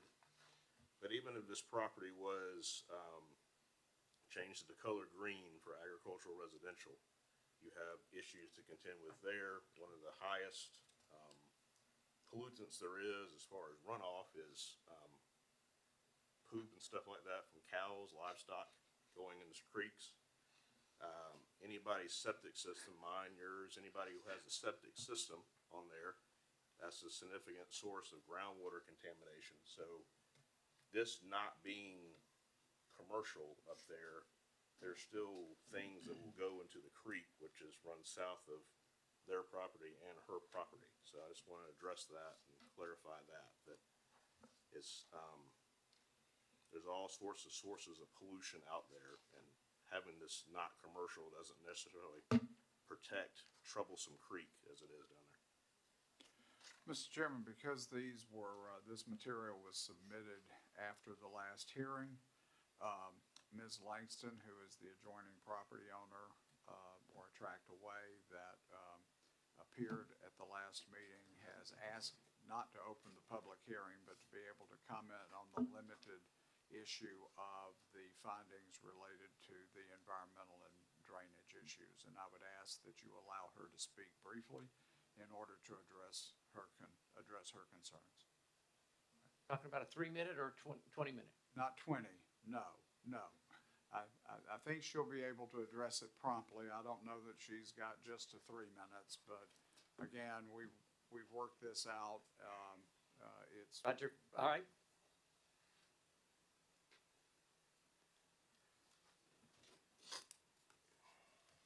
Welcome. Thanks. Samantha Langston, 2423 North McDonough Road. I want to start off with my argument is not about it being commercial. I was fully aware when I bought my property that it was commercial. My argument is about the gas station and the pollution at gas station, the safety of a gas station, and all other issues that come specifically with a gas station. The water flow rendering was created by a party that stands to profit significantly if this project is approved. It is not an unbiased or accurate representation, and I respectfully request that an independent third-party rendering be conducted. Mr. Mark, the civil engineer hired by the company, created this rendering without ever setting foot on our property or observing the actual water flow.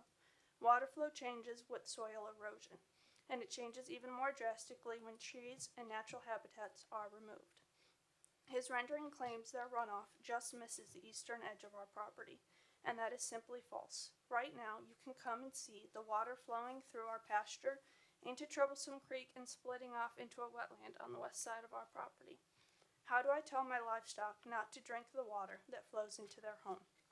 The rendering also shows water on the west side of their property not entering ours, which I do question.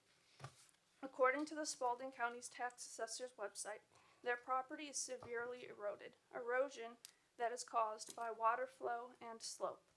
It is also highly deterred to build a gas station on severely eroded land due to the constant moving of the land, and their underground storage tanks would be constantly shifting and moving, which can cause cracks and leakage, which would damage our soil. Another concern, they referenced an article claiming that agriculture contributes more to water pollution, and this is misleading. We are not a large commercial farm. We farm organically on just 4 acres. We do not use pesticides, we do not use synthetic fertilizers, and there's no heavy machinery. Our farm exists to provide free, healthy food to the community. We serve an average of 50 families each week through our food pantry. This mission is guided by our faith. We believe we have a right to use our land to serve our neighbors. If our soil, water, or pasture is contaminated, we can't fulfill that mission, and that is highly unacceptable. The community has thoroughly enjoyed our offerings of free food and our help to them. Our goal is to be able to provide from our land, our soil, our water, more food options for the community that is organic and natural and safe. Thank you.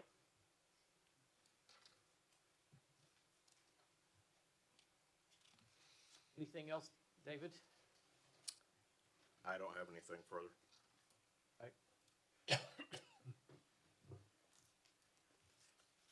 What's the board's pleasure?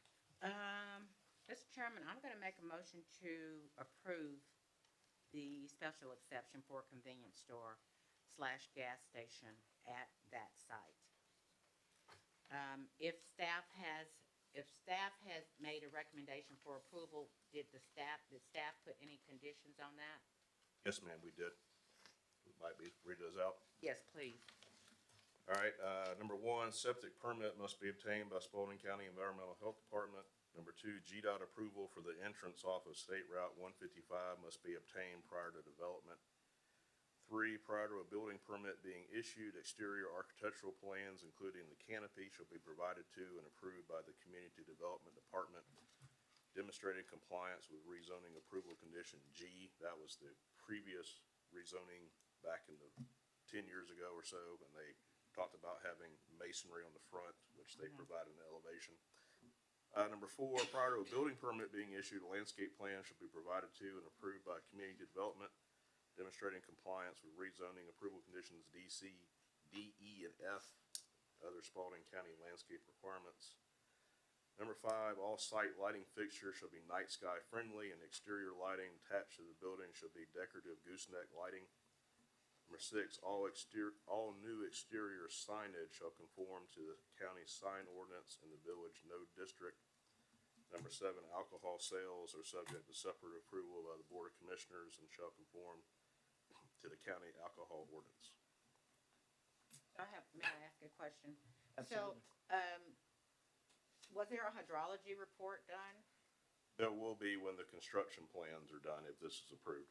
So is that a thing that is required by Yes, ma'am. us?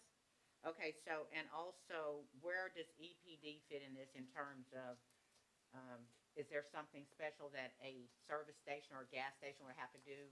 Yes, they have to get special EPD permits for the underground storage tanks for the gasoline.